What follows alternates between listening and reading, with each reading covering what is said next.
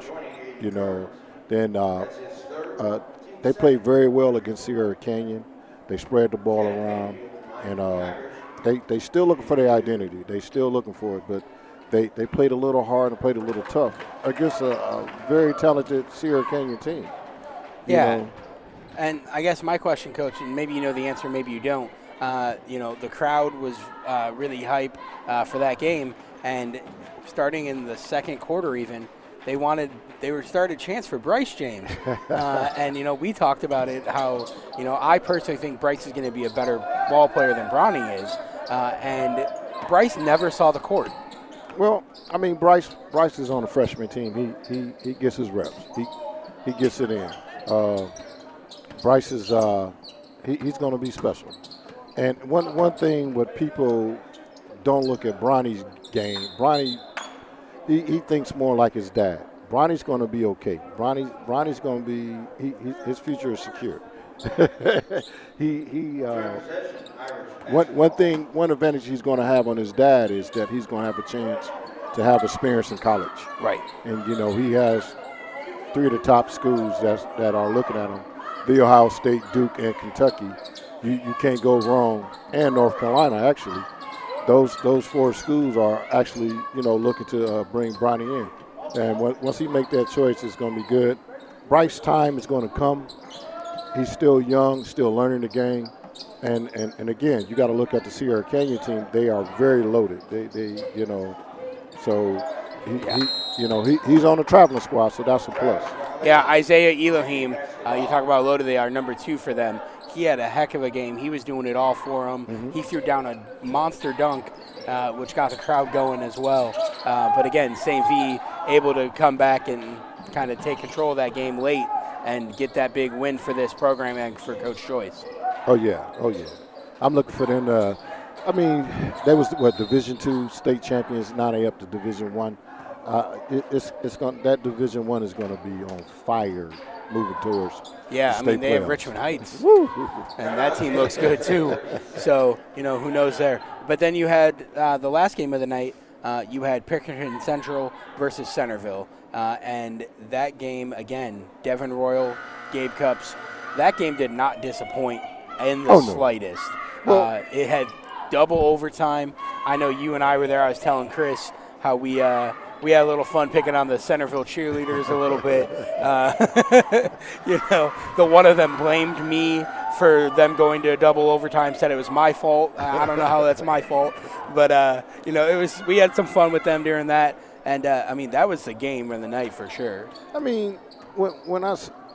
get it. Everybody come to see Bronny and St. V. But my thing is they should have stayed for that last game. Wow. That double overtime. I thought it was going to go to triple overtime. It could have. For sure. Centerville lucky that it went to the first overtime. They hit that big 3 to send it to overtime. Mm-hmm. And then with 1.4 seconds left, they fouled Devin Royal, sent him to the line with Central trailing by 1. Mm-hmm. And Royal misses that first free throw. Yes. And that's when I had told the cheerleaders, get ready for another 4 minutes. But somehow it's my fault. And again, Devin made his second one, and then we went to that second overtime. Mm-hmm. So does that talk about, do these coaches have to coach differently when it gets to those moments where it's like we have 4 minutes versus, 48 that we have normally? What's the game plan that goes through coaches' heads at that point? Well, the thing is, you have some, you have some very talented teams. And going into I think the third quarter is the most important quarter of any game. Because if you win the third quarter, 9 times 10, you're going to win the game. These teams are so well balanced. You have to bring your A game. A lot of these kids, they give off the gas, and that's basically what happened to Luke. Not Luke, but Pink. That Central, yeah. They run out of gas. They just ran out of gas going into double overtime. They actually ran out of gas. Devin Royal was tired. Oh, he was very tired. His legs was like noodles. So, And with that being said, just hydrate. You know, get in the gym, work, because you never know. Because this is going to be a long but good season. Yeah, and again, thank you to St. V for having us here tonight. We're going to bring you that game live, St. V and Chaney. Chris and I will be on the call for that here for the varsity game in just under an hour or so. But so, it's the game going on. I know, right? 7:30 is that game. So this game's kind of getting out of hand quickly, but that's okay. So we're going to bring Chris back in. We're going to go over last week's bowl games and see how we did. I'll tell you, I don't know if you know, but we didn't do very good on our picks. So, Chris, come on back in here. So, thank you. What's Chris, up, guys? Chris, welcome back in. Yeah. I was just telling Coach that we're going to go over the bowl games and see how well we did, and it wasn't very good. I know. We got one right. I think BYU was probably the only game I got right. All right, so let's see. So last Friday, we had Miami of Ohio versus UAB in the Bahamas Bowl. UAB won that one 24-20. Yep. Then we had the Cure Bowl, Troy versus Texas San Antonio. That one we did get right. We said Troy. They won that one 18-12. Then we had the Fenway Bowl, Cincinnati and Louisville. We talked about the fact that, you know, Scott Satterfield, new coach at Cincinnati, things like that. The Louisville team did win that one 24-7. Then we had the Celebration Bowl, Coach. Sorry, we talked about, you and I watched the end of that one, the NC Central and Jackson State game. Dion, yet again, can't win the big game, can't win the bowl game. It went to overtime. NC Central won that one 41-34. I got to correct him on that. Yeah, I mean, the guy has won 2 Super Bowls. It's not coaching-wise. Coaching-wise. The kid, Dion consulted the kid that dropped the go-ahead touchdown over. The kid dropped the ball. Yeah. Dion didn't drop the ball. No. The kid dropped the ball, and Dion went and grabbed that kid in the locker room. Those are things that people don't see. Oh, I saw. I saw Dion crying afterwards. He was very emotional. Because his guys was crying. Yeah, I can understand. He's leaving the program. He's been there for 3 years. You know, it was a pretty emotional time. I was very surprised to see North Carolina Central win this game, especially in overtime. Yeah. So it's sad that they went down that way, and it's another game that we lost. So that's also sad. Yeah. Oregon State beats Florida 30-3. Oh, yeah, that was a close game. Wow, it was great. Fresno State beats Washington State 29-6. Southern Miss beats Rice 38-24. BYU beat SMU 24-23. Couple more results here. That was a good game. I was at home watching that game Friday night. Boise State beat North Texas 35-32. Ooh, nice shot. And then we forgot to look up the current game, the Idaho Potato Bowl. We don't know who won it was that, going on the way here. I could probably pull it up in 1 second here. So, Coach, Chris and I were sitting at home this weekend, and we were looking at all the games that went into overtime this weekend. And there's a lot. I have a couple I'll talk about. The first one is the World Cup. I know we don't talk a lot of soccer, but the World Cup went to overtime. It was such a good game. Kylian Mbappe had 4 goals in that game, and France still lost. It went to overtime because Kylian had a late penalty shot in overtime to tie the game, and then he got his first PK, but Argentina ended up winning it 4-2. But again, what a crazy game. That was so much fun to watch. I can't wait for the Women's World Cup to start here in 210 days. That's going to be fun to watch as well. And then we have some football. We have the Vikings and the Colts. We can talk about that game really quick. The Vikings were down 36-3 at one point in the third quarter. They were down 36-3, and they won that game 39-36 after going to an overtime, kicking a game-winning field goal in overtime. The largest comeback in NFL history, and the most interesting stat I saw about this whole thing is that now Matt Ryan has been involved in both the largest comeback in NFL and Super Bowl history. Not only has he been involved, but he's been on the losing side of both. Yeah, that's what I meant. I mean, you can't blame the guy. The guy's thrown for multiple touchdowns in both games. He's not the one that gave up 39 points in the fourth quarter. I mean, this is ridiculous. This Colts team, I thought the Texans were bad. The Colts are horrible, and this Jeff Saturday situation, man, it's just really blown up. It's time for him to go. It's time for him to go. And I mean, he's only got a couple games left. Might as well let him finish out the season. But, man, you feel bad for some of those other coaches. We were talking about it when it first happened, like these coaches who deserve the shot. And who's going to get the head coaching job now? Is it going to be Harbaugh? Well, I hope so. No, I want him to stick around for a while. Oh, yeah, so we can keep beating him a few more times. So we talk about it's interesting, Chris. You talk about how bad Houston is, but Houston, they were in an overtime game this week with Kansas City, and Kansas City 11-3. Houston's 1-12-1 now, but they went to overtime, and 30-24. Kansas City wins that one.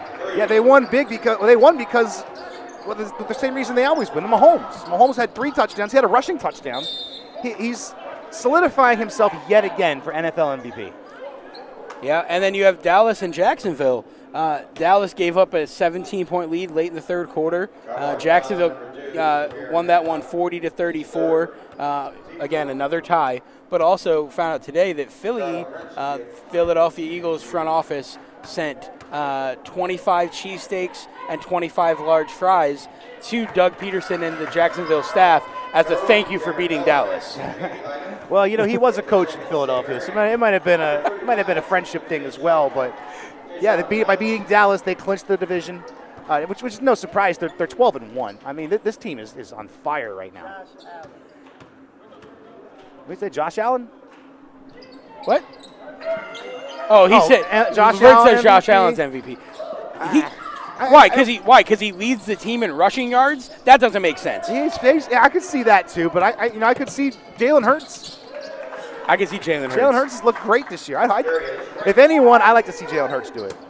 So, and then Chris, you had some other overtime games, right? Oh yeah, I got a couple of them. So we got going away from the NFL here. We do have on Saturday college basketball. Ohio State, North Carolina.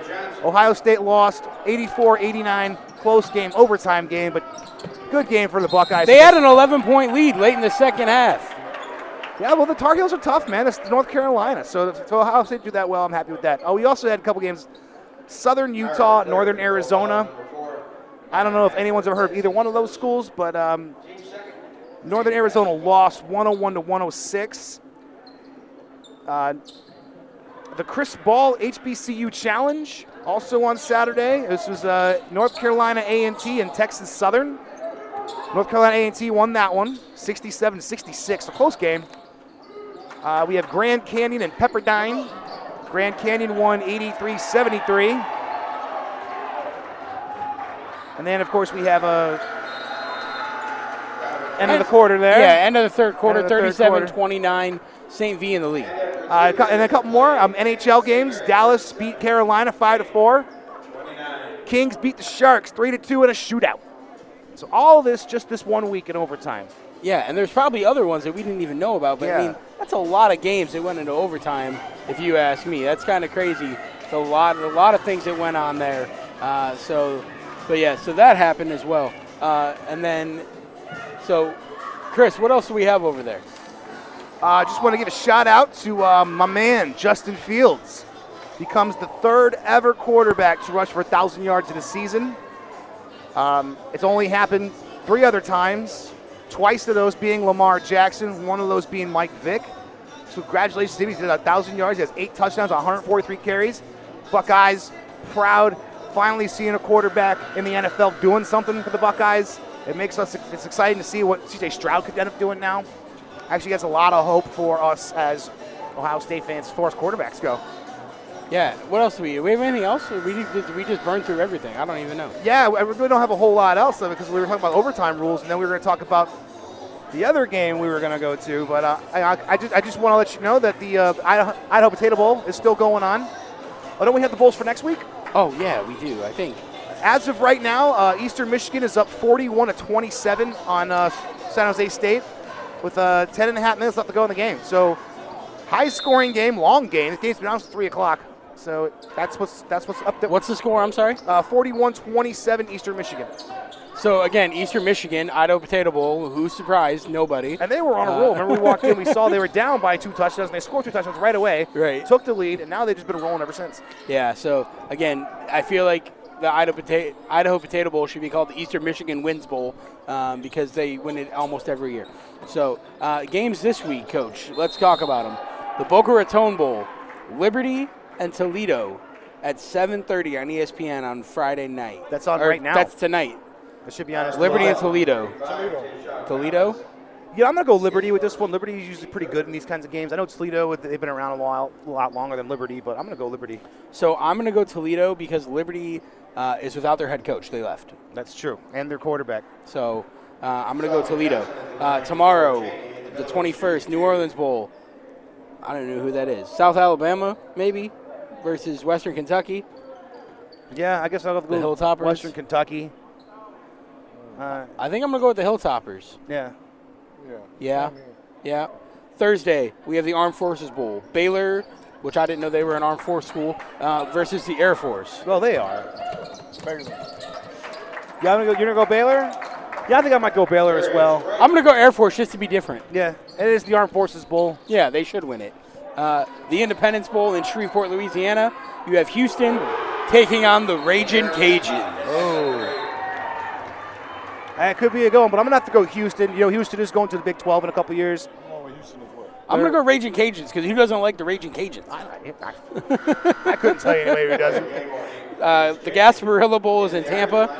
Wake Forest is taking on Missouri. Yeah, I think I'm going to take Wake Forest as well. Should be called the Black and Gold Bowl. That right? I'm going Wake Forest. It could be. So all three, and then you have the Hawaii Bowl on Saturday. Middle Tennessee versus San Diego State. I'm going to go San Middle Diego. Tennessee. It's a little bit closer to Hawaii than Tennessee. I mean, Eddie George is the coach at Middle Tennessee, though. Is he? He is. I thought he was coach at Tennessee No, Chattanooga. Middle Tennessee. He got promoted to the Division 1A. Oh, all right. Well then, hey. Well then, let's go the Blue Raiders, whatever they're called. Yeah, I agree. Yeah. Let's go Middle Tennessee. Good luck, Eddie George. Quicken Loans Bowl in Detroit. Bowling Green. Okay. Why is the Quicken Loans Bowl played in Detroit? Because that's Dan Gilbert. I know. Come on now. He should be played in Cleveland though. Yeah, I'm gonna go Bowling Green as well. Yeah, me too. And then we have the Camellia Bowl in Alabama. It's Buffalo. We might know somebody that might be there next year. Ooh, yeah. Versus Georgia Southern. So let's go Mac again. Let's go Buffalo. I'm going to go Buffalo. And then you have the First Responders Bowl, where you have Memphis taking on Utah State. I'm going to go Utah State in this one. I just feel better about their chances. I don't know much about Memphis. Utah State, they're usually pretty good. And then also, there's another game this week, and that's Saturday. The Browns, they play Saturday this week, just like they played Saturday last week.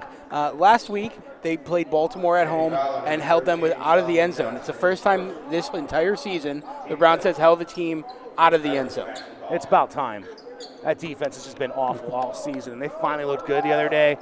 But I know Deshaun hasn't been this crazy lighted up kind of quarterback everyone was expecting right away, but they shouldn't because he's slowly getting back into the league, slowly getting himself acclimated to running a new offense with a new head coach and a new offensive coordinator. Chubb looked good. The running game looked good. Cade York, he was about 50% on the day. Yeah. His missed kick didn't come back to haunt us, which I always say is a good thing. And, I'm looking forward to Saturday's game. I'm not looking forward to the weather. It seems that we will be there.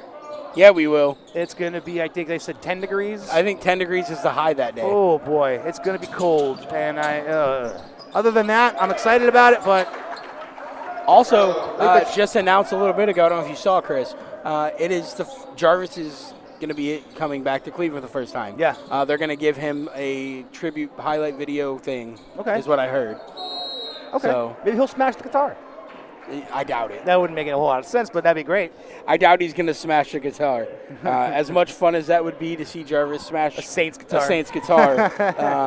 I think it'd be hilarious, but I don't think it's going to happen. I don't think it would be anywhere near as entertaining as when JR did it this week.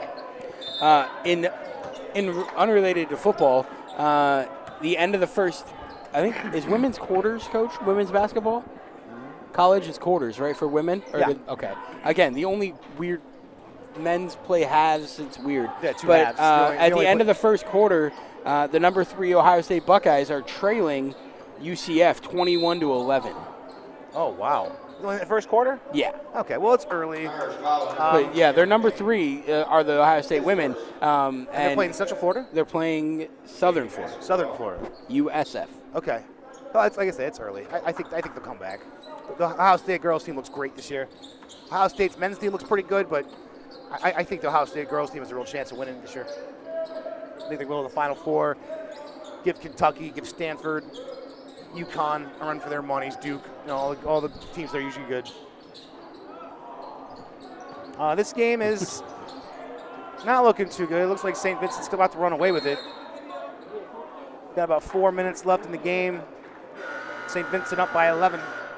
And for the Cowboys, number 4, William Jones. So looking at Ohio State's website, Chris, actually this is Georgia's website, you can see signing day countdown going on. 5 hours.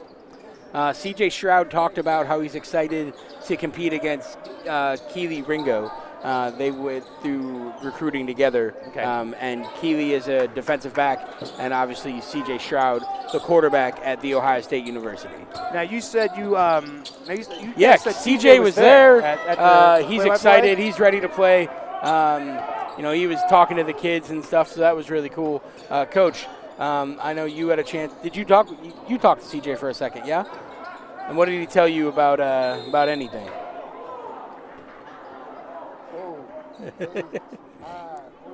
That's all he said. That's it. He actually didn't speak. He just kind of moved signed his it the whole arms. time. But Now, no, you said he's still up in the air about coming back. I think he's going to go. He has a chance to go number 1, number 2 overall. I think we think he's going, but he hasn't officially. Do you think he's coming back? Really? Wow. You think he's going to come back and play another year in college? Wow, I don't think so. Win the Heisman? I don't think so either, and I don't think he should. He has a chance. Like I said, he has a chance to go number 1 overall, number 2 overall. Take that chance. You only risk injury or hurting your stock at that point. I say go, CJ. Get the money. Yeah, it'd be great, but I mean, I don't want to see anything happen to him. I don't want to see him lose his draft stock. What if they, Coach? What if they win the championship this year? Does he then go? He wants a Heisman. He wants the Heisman, But is the Heisman more important than a national championship? or the number 1 overall pick. I mean, if you win a national championship, that's a team goal. That's The fair. Heisman is an individual goal. He said he went 2 years in a row. I mean, finalist 2 years in a row, but yes, he was a finalist 2 years in a row. But however, Should have won. he dropped in votes the second year. Well, he only dropped votes because they lost that team up north. But that's what that same thing that happened last year. And Desmond Howard, when you lose to that team up north 2 years in a row, Oh, Desmond Howard, can't wait to start talking about it. you're a suspect. Yeah. Just real quick, Coach, we're talking about Heisman Trophy winning quarterbacks and how important it is to win the Heisman. Last time Ohio State was, not the last time, but the first time Ohio State was in the playoffs, the very first year for the playoffs, we had Marcus Mariota, Heisman Trophy winner. Heisman Trophy winner. We had Jameis Winston. We had Jalen Hurts, Derrick Henry. and then we had Cardale Jones. Now, Cardale definitely was not a Heisman Trophy winner, but he ended up being the national championship winner. And he did it by just standing back there, chucking the ball, throwing it up. Now, this year we have a similar situation. We have all these quarterbacks, but none of them have Heisman trophies. So it's almost the exact opposite here because we have Duggan and we have Stetson and we have Caleb Stroud. Williams, who's not in the playoffs, and then C.J. Stroud. So, I think the Heisman Trophy, as great as it sounds and as great as it feels to win, when you see what it really does. I mean, how many? I was going through my list here. I couldn't tell you how many quarterbacks have both a Super Bowl championship and a Heisman Trophy, other than maybe Joe Montana. Correct. I mean, So why do you staggering think it's fact. most important for him to win I say it? it was important. I think it's his personal goal. I think it should be every quarterback's personal. It's his personal Right. I goal. mean, it should be. But if you have an option to go make millions and millions and millions and millions of dollars, He's making that now. I mean, he is, but with NIL. But you know what I mean? Like, if you have a chance to go to the league in the top 5 versus going and playing college for another year, are you making the right decision by going back to school? I mean, me personally, like when I talk to these student athletes, I always preach education. Because you go get millions and get hurt, and then what was the chance for? And you ain't got nothing to fall back on. But then don't they have a place or a system in place for those student athletes that leave early to come back and complete their degrees? That's up to the agreement that they have. Chris Paul just got his degree. Right. I'm not sure from what university, some online. But I know that there are programs out there that they let student athletes who are going to the big leagues, if you will, for any sport. They let them leave and then they can come back and finish it. Greg Oden did that. Emmett Smith, you know what I mean? Those programs exist. Greg Oden did it because Greg Oden is my cousin, so I know that story personally. And his dad, which is my cousin, wouldn't have it. He made him sign a contract. So if you sign a contract stating, but you still, once you leave school, that scholarship is gone, you got to pay that yourself, your education. Oh, I didn't know that. Okay. Now, JR, he's going to college, once you leave school, play that golf. scholarship is gone. Okay. It's no longer valid. Well, that makes sense. That's probably the way it should be. If you leave school, Yeah, it's no longer valid. because on a scholarship, as long as you're there. yeah, like I was saying a couple weeks ago, because some of these kids, if they quit the team, their scholarship is still in place as long as they don't leave the university. Yep. They can still just keep going to school, keep living on campus, keep getting free education and food without playing their sport anymore. Yep. Yeah, and we little sidetrack. We'll go back to that in a second. But sidetrack really quick. I saw a stat yesterday that the NFL executives across the league over the last 5 years have paid $800 million to coaches that are fired or let go by teams. God, that is just crazy. It makes you wonder. I mean, that's so much money. How many of those are the Browns paying? Yeah, all of them. I mean, it was like, Hugh Jackson. Ray Farmer. Oh, God. The guy lost 31 games in 2 seasons, and he still got a third year. And only won 2 after that. Yeah, and I mean, you don't want to see any coach do that bad. But you hate to fire a coach after 1 year knowing you have to pay him for another 3 years. But you hate to fire a coach after 1 year knowing you have to pay him for another 3 years. But they're still doing it for these guys. And he was, 336-1? Oh, God, he was awful. But, I mean, you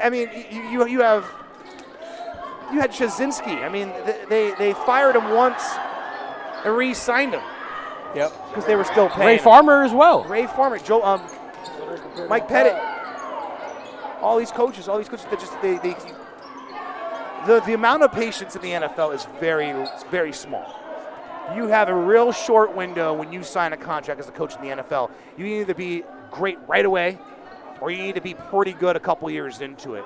And if you're not, you're out the door. And we're talking general managers, offensive coordinators, defensive coordinators, head coaches, all these execs that are making all this money by not even coaching anymore.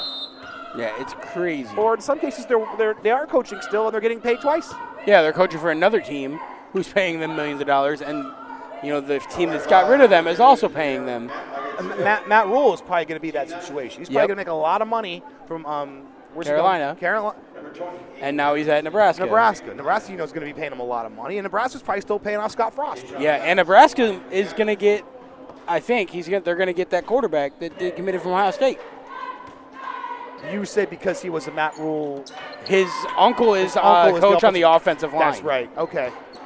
Yeah, I mean, all of a sudden that makes Nebraska a pretty serious contender. I hate to say it, but it makes Nebraska a possible contender in this situation. And not right away. I mean, they have a quarterback, but they have a coach. We'll see. A coach with NFL experience, which Scott Frost did not have, although he was a punt returner for the Browns at one point. Yeah, we'll see. I mean, it definitely puts Nebraska on your radar, if you will, more than it has been. They didn't win a single game in the United States soil this year. They did win a game, but it was in Ireland. Right? Against North. Oh! So he hit the rim and he made it, but he didn't dunk it. He almost done. It was pretty exciting. I mean, yeah, sure. So he didn't dunk it. He tried. And that was right at the buzzer too, right? He made some noise and laid it in. But so Irish win that one, 52-37. Coach is over here getting ready to do a dance contest or something. I don't know what he's doing. He's posting pictures and. Any big signings yet? Oh, we don't. It's not time yet. Not yet. Not yet. That's Not right. yet. But 5 hours. Coach is on the inside. So. Oh, Here we go. Oh God. Did he? Did he go there? Wait, what? I didn't even know he committed to Iowa. I'd rather him go to Oh, Iowa. that's a different kid. From Iowa to Alabama. Okay, whatever. Ladies and gentlemen, during this Yeah, who cares? Alabama's going to always get the signees. We know that. Do what? Yeah. I mean, they're always going to reload, just like Ohio State, Everyone's like, oh, man, look at all these guys leaving. It doesn't matter. No. We got guys coming. We lost the 24 number one recruit in the nation, and the same day he decommitted, we offered the 25 number one recruit in the nation, also a quarterback. He's from that state up north, but it doesn't matter because he's going to come down and he might sign with the Buckeyes for 25. Like I said, they're already on it, so it's going to happen. Nothing's official until obviously signing day in February, but. That's kind of where we are. And let's not forget that Justin Fields wasn't signed by Ohio State. Yeah, and the transfer portal. He transferred to Ohio State. And the quarterback that we did recruit also transferred away, and that was Joe Burrow. Yeah. And he won a national championship. And a Heisman. He did not win a Super Bowl, though. Not yet. So, once again, we're back to this whole debate about the Heisman Trophy and these quarterbacks. I mean, who are some of these other – Baker.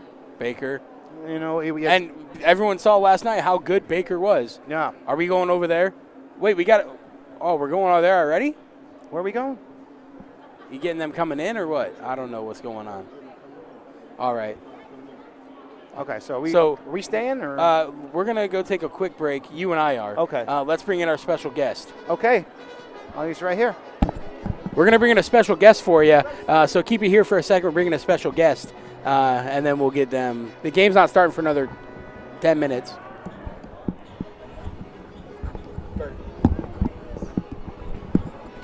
Yeah. What's going on? All right. Let's see here. Bruce. What's happening, Bruce? How you doing? Good. Bruce, I'm sorry. Oh, yes, sir. So, what did you learn in this book, Bruce?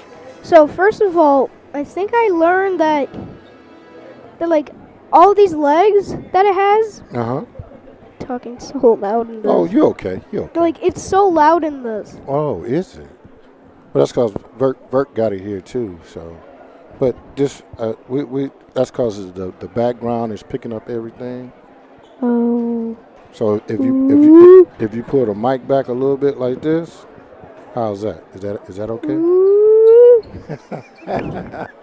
All right, let's get back to the book. Let's get back to what's going on in the book. So this is a scorpion. That's a spider. Yeah. What's the difference? That's a tarantula, brother. He's having fun, y'all, blowing into the mic. So what's going on, man? So I think I learned that in this book, that like all these legs that it has, can actually make it stand up perfect. Okay. And this is really poisonous. Whoa. So what he's talking about, guys, he's talking about the legs on the spider, and how he can stand up, and he's making noises. And he's saying the stinger is very poisonous. So that's basically what he was learning while he was reading this book. And this is one of his school lessons. Bruce is Chris's son, the guy that's do the podcast. Look at him. He's having fun listening to himself. It's almost game time, man. So let's go. Oh, no. Let's go. What we got? We got Akron, St. Vincent, St. Mary.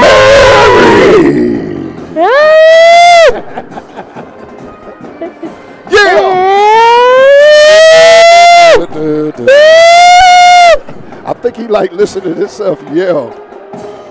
Oh,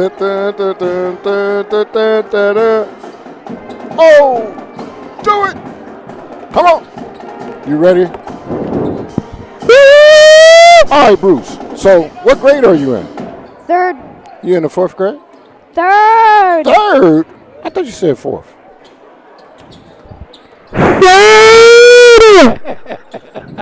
Do you hear me? Look.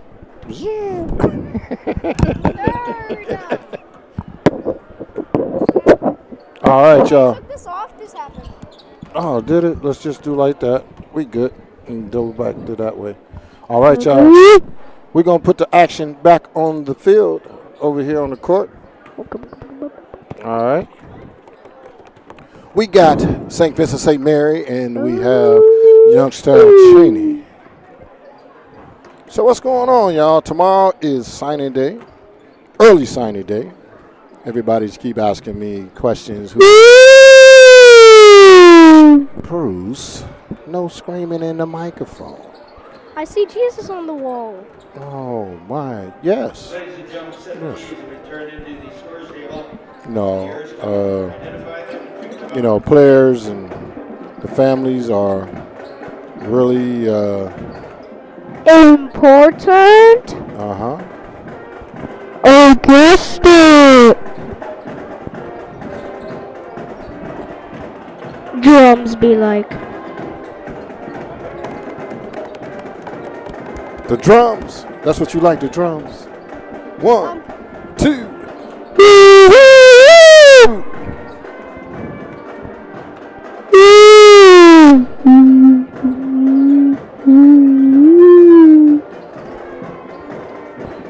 All right. Hey, no yelling, no yelling. You hurting his ear. We can just talk. Just talk. Hold Okay. up. So, have you ever looked up groundhog Groundhog. hair curling? No. Let's see. Let's look it up. Like you know, like the ice thing, Okay. like that you skate on. Yes. There's like a groundhog thing. It's really funny. Oh yeah. Tell me about There's it. like, it was like.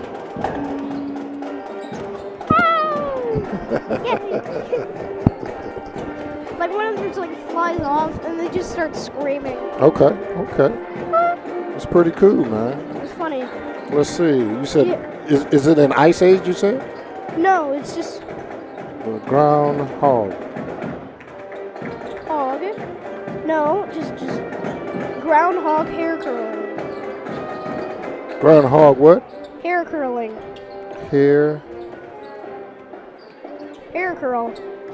curl.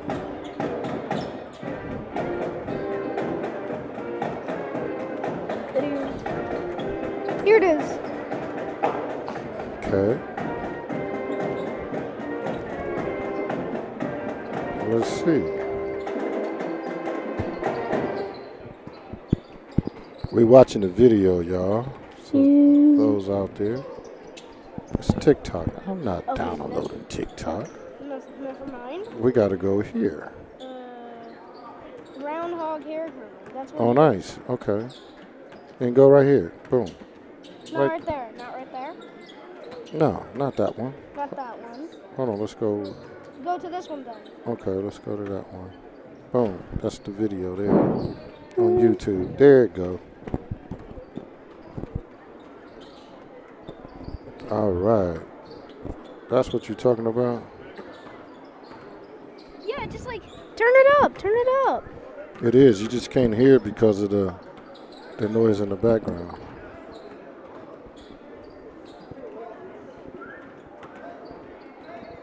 No, we won't be able to hear it because of the band playing and basketball's in the back.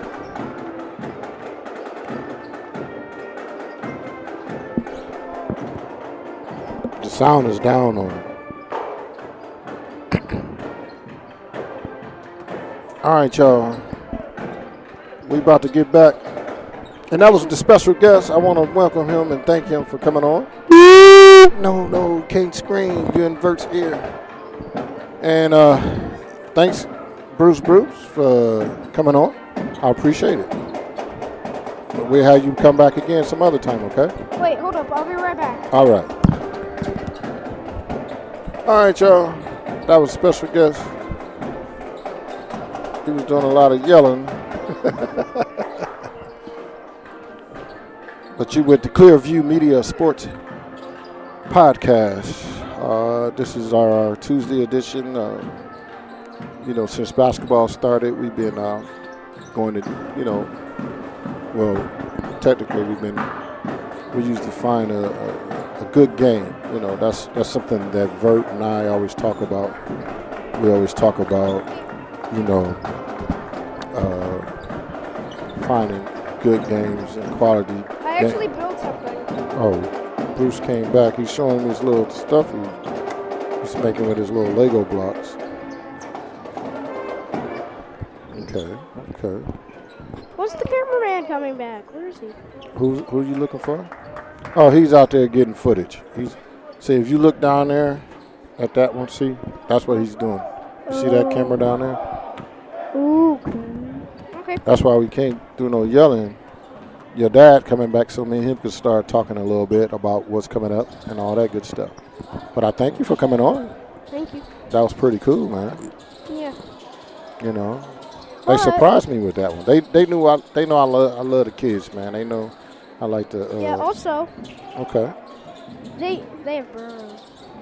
Okay, they hide in the burrows. It's time for Dad to come back, y'all. Okay. All right. God, my ears. Yeah! We got it, y'all. This is the segment of the part where Chris and I just, you know, shoot the breeze a little bit before I turn play-by-play over to those guys. I'm just hanging out. You know, I got the Coach's Corner show, you know, that I do, and that's something big coming up in 2023. The Coach's Corner.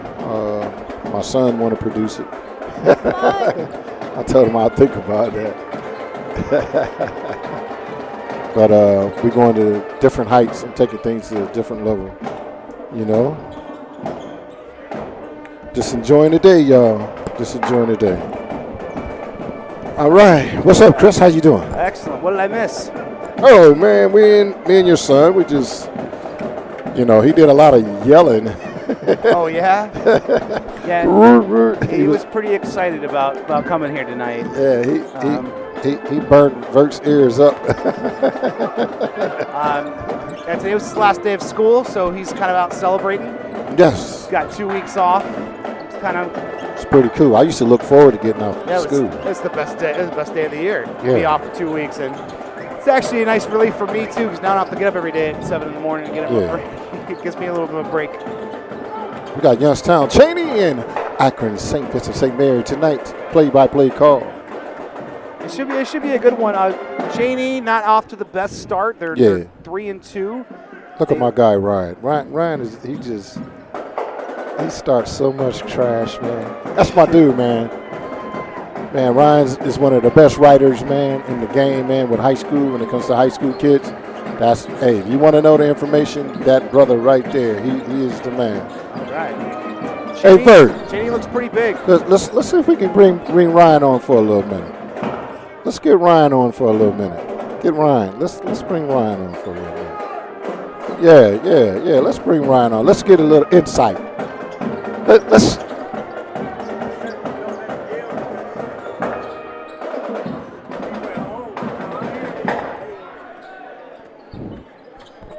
Hey, get him. He about to walk away. He's about to.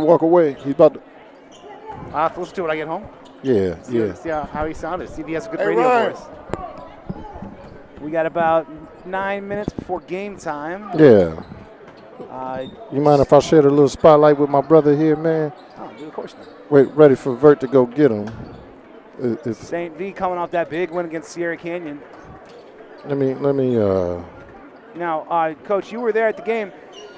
When Bronny fouled out, was that the difference in the game? Was that what kind of led St. V to hang in there with them? And I mean, they pretty much controlled the game a little bit. They controlled the game a little bit, man. But it was Bronny really wasn't a factor. It was the overall play of St. Vincent St. Mary. They played solid. They played good. Look, here go my man. My man coming up. Hey, let's get a quick insight. Share your headphones real quick. Yeah, here.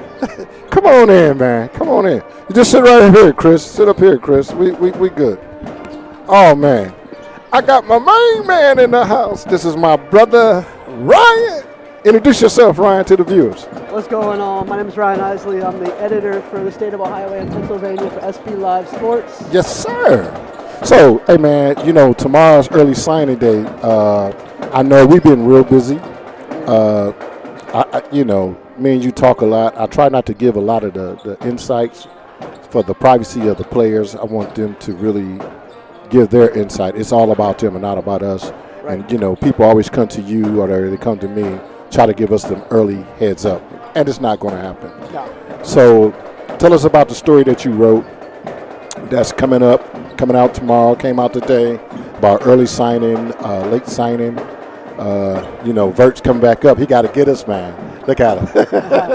This is a historical moment right here. Right here. Two good friends who always bringing you all the sports. So let's get right into it. Before this game starts, we got like 7 minutes. Let's chop it up with a little bit of high school scouting. And let's go. I'll let you shoot it. I mean, we did a story today, top 25 recruits in Ohio for 2023, where they're expected to sign. I did 25 plus top 5 other notable kids, including Lamar. Matter of fact, we got one of those kids in the building tonight. Yes, sir, from Youngstown, Chaney. Number 1 from Youngstown, Chaney on the basketball squad is going to University of Michigan. Yes, and we don't want to say that name around here. I know, but hey, you know what, though? You got to be proud of a kid that gets a scholarship offer to play football at Michigan. He's the number 10 recruit in the state of Ohio. So, yes. I mean, that's a big deal for him, and I'm happy for him. I'm excited to see him play basketball tonight, but really excited to see what he does in maize and blue on the football field as well. Kid got great size too. Yeah, man. He's got great size. Man. Only thing, so Ohio State got 6 of the 9 so far committed. Okay. Out of the class of 2023 from the state of Ohio, so that's a big haul for Ryan Day and the boys over there at Ohio State. And they did a little bit of everything. Got some offensive line, got some DBs. So they win a little bit of every position. Got some offense, defense. Got Arvell Reese from Glenville. Yes. State champions. Yes. So, yes. It's good to see state champions staying in the state of Ohio. But yeah, it's a fun time of year. It's a busy time of year, but it's really fun. And I mean, I know it sounds kind of corny, but I love watching these kids that I've gotten to see play football or basketball or whatever sport it is. I've seen a lot of these kids for all 4 years, getting to see them sign their letters of intent to play at the next level and getting to realize their dream. That to me is really cool. I sat back and reflected on that a little bit last night, just how lucky I am to get to see these kids play the sport they love and get to watch as they get to live out that dream that I think every one of us would have liked to have had. Yes, sir. And with portal is really harder on these kids. So when you see their dreams come through, that's more impressive. And yeah, the portal makes it so tough for these for the high school kids now because kid that thought he was going to get an offer to school A may not get that offer now because some kid that was in the portal may take that spot. So, correct.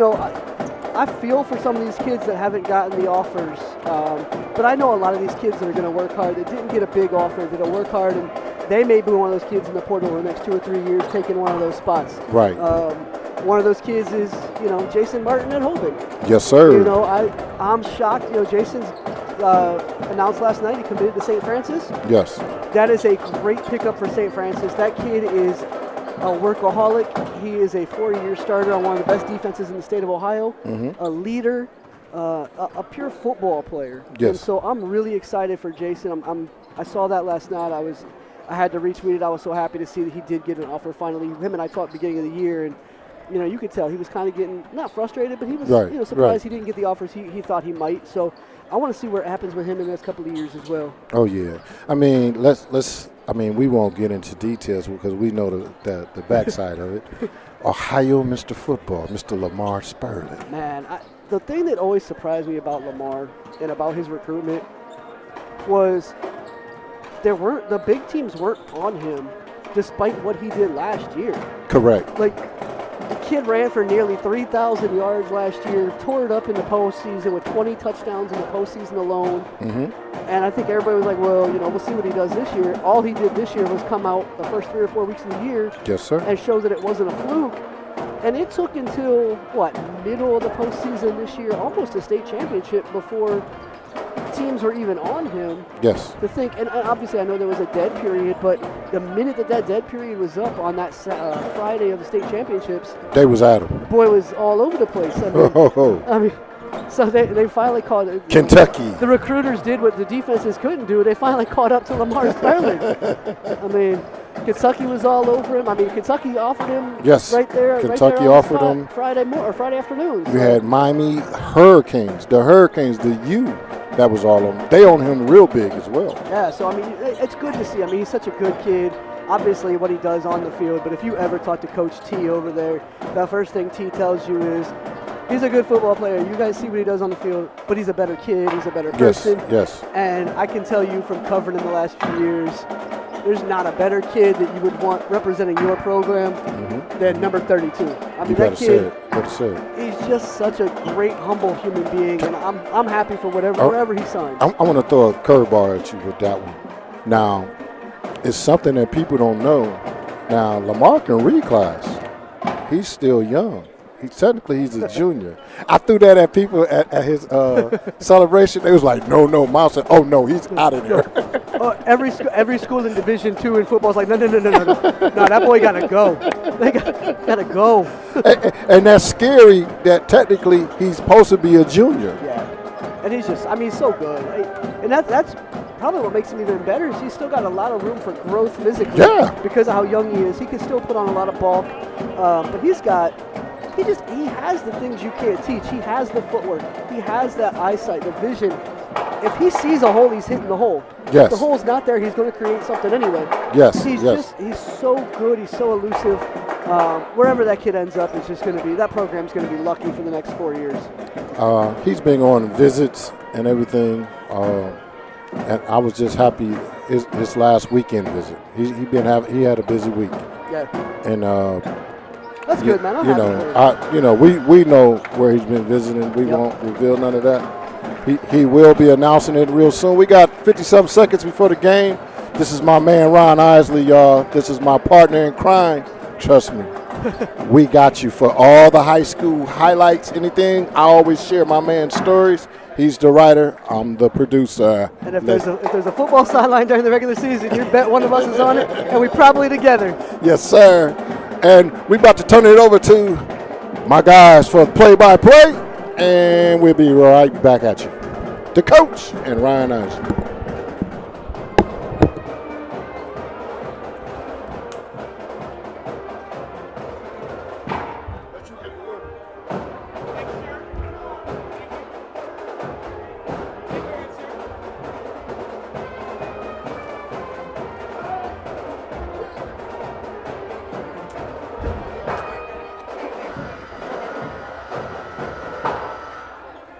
Good evening, ladies and gentlemen. Merry Christmas and welcome to St. Vincent St. Mary High School and the Drew Joyce Court here at LeBron James Arena for tonight's Yeah. featuring our guests from Youngstown, Ohio, the Cowboys of Chaney High School, and your own Fighting Irish of St. Vincent St. Mary High School.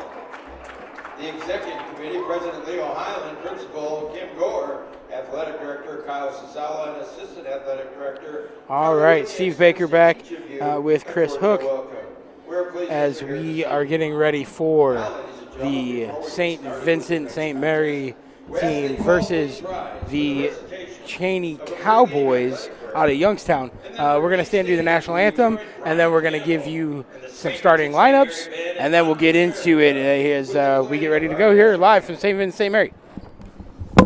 In the name of the Father, and the Son, and the Holy Spirit. Amen. Heavenly Father, we meet for this contest knowing that all we have is a gift from you. Please help the players, coaches, and officials to be mindful that this game is a test of these students' skills and strengths. May the decisions of the officials be firm but not unfeeling. May the actions of the coaches lead these young men in developing the desired characteristics that the game was designed to teach. Help each person here this evening, the players, coaches, the officials, and the fans, to act in a way that glorifies the gifts that we have been given. Let us go beyond sportsmanship to a genuine caring for each and every player. We pray for the safety of all participants and all who have traveled here for tonight's contest. May the Father and the Son and the Holy Spirit be glorified in all places through the Immaculate Virgin Mary. And we ask all of these things through Christ our Lord. Amen. In the name of the Father, and the Son, and the Holy Spirit. Amen.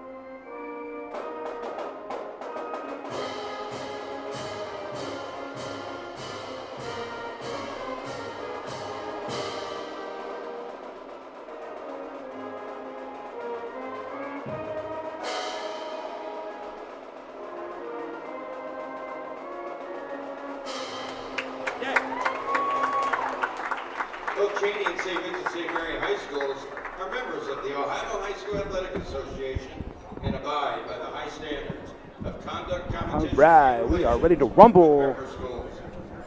All right, Chris, here we go. Special thanks again to Coach Deck and to Ryan from SB Live for covering for us for here a little bit. And I'm sure they were great. We'll have to listen back to it. Yeah. But thank you for covering us, guys, as we get ready for the starting lineups for St. V and, again, the Cowboys of Chaney. Yeah, Cowboys Chaney look big. This could be a good test for St. V here. Garland Reed. And now let's meet the players for tonight's contest. Here we go with some starting lineups. For the Cowboys of Chaney High School. At a guard, a 6'2" sophomore, number 0, Matt Jones. So Matt Jones getting the start for the Cowboys. Who? At forward, a 6'4" senior, number 1, Jason Hewlett. At a guard for the Cowboys, a 6' junior, number 2, Latrell Kimbrough. Makes it easy so far for our roster. Yeah, we got 0, 1, and 2. At guard, a 6'4" senior, number 3, there we go. Gonzalez. It will number 4 start. We're going 5 for 5. At guard, a 5'9" senior, number 4, There we go. That makes it easy. Yeah. All right. Number 0, 1, 2, 3, and 4 for the Cowboys. St. V is going to be a little different for you, Chris. It's going to be 1, 14, 21, 25, and 35 if I were to guess. Yeah, that's probably a good guess you got there, Steve. We're going to have L.A. Hayes, Jason James, Nick Madungo, Jason Walker, Fats Hamilton, and Darius Stratford is my guess. Let's see here as they get ready to announce it. We had a chance to see Vinny Madungo in the JV game. And now, how about you Irish fans out there? On your feet as we introduce I like the music in this arena. A little more modern, not just some band music. They're getting ready for Space Jam. Number 1. Yeah. Well, we were right. Number 1, L.A. Hayes will get the start. Oh, we're 1 for 1. Ooh, Daniel Johnson. Okay, so I'm wrong. Jason Walker, I was right on that one. Jason Walker, and then we're probably going to have Hamilton. Yep, there's Hamilton. And I see Stratford. Player of the game and gets Sierra Canyon. There he is. There's the big man. Darius Stratford, 6'10". Big man. We saw him go down last week against Walsh. He seems to be looking okay tonight. So, Chris, Daniel Joyce getting the start here tonight, as he is a twin of David Joyce. Yeah. We saw David more the last time we saw this team. We saw him get lots of playing time, and Daniel not so much. But tonight he gets the start here over Nick Mandongo, who usually gets that start. Well, we know Joyce is a little bigger than Mandongo.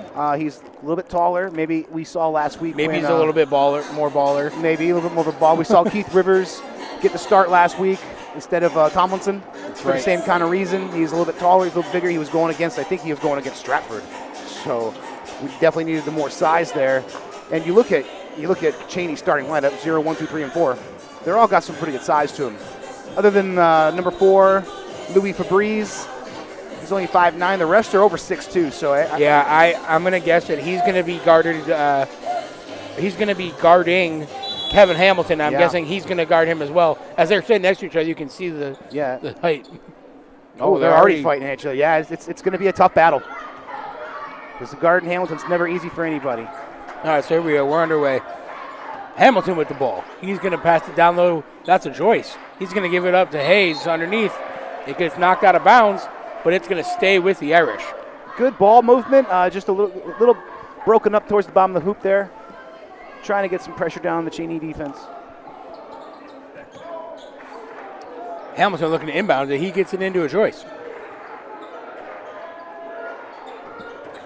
Hamilton's going to lay it up, and it's no good. Rebounded by the Cowboys. They round that one up. Had a minute for a second. Lost the ball, handle the ball. Dishing it around here. Chaney's got to keep that pressure on the Irish if they're going to win this game.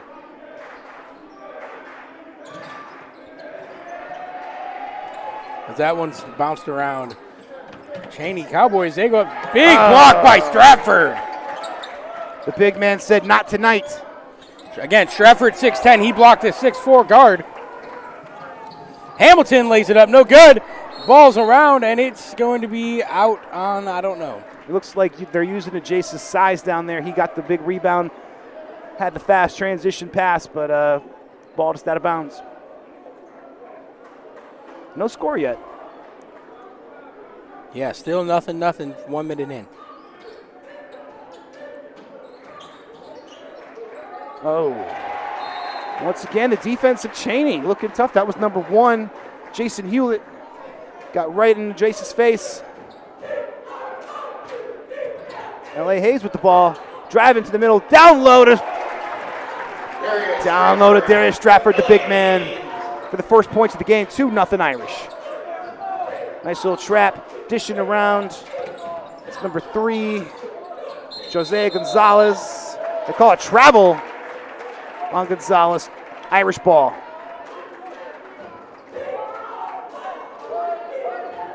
Looks like that's going to be Jason Walker to inbound. Inbounds it to Hamilton. Hamilton better hurry up.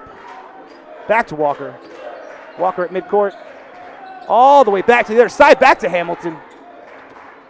Back to Walker. These two are getting the ball around. Walker down low. And in. Nice spin move. Great move there. Shakes the defender right out of his shoes. All right, as Stratford, that was Joyce tried to pull that one away. Chaney, that's a 2, and he gets it. Wide open. But that was only a 2, Chris. Jones. He was inside. They gave him a 3, but it looked like he was inside. I think it looked like a 3 for me, but Matt Jones, big 6'3" guard, wide open with a perfect shot. It was a 2. It was a 2, yep. Loose ball. A lot of St. V fans here. Not a lot of Chaney fans. I don't see a lot of them. But, it's a little bit of a drive for them coming from Youngstown. Yeah, that's about a 45-minute drive.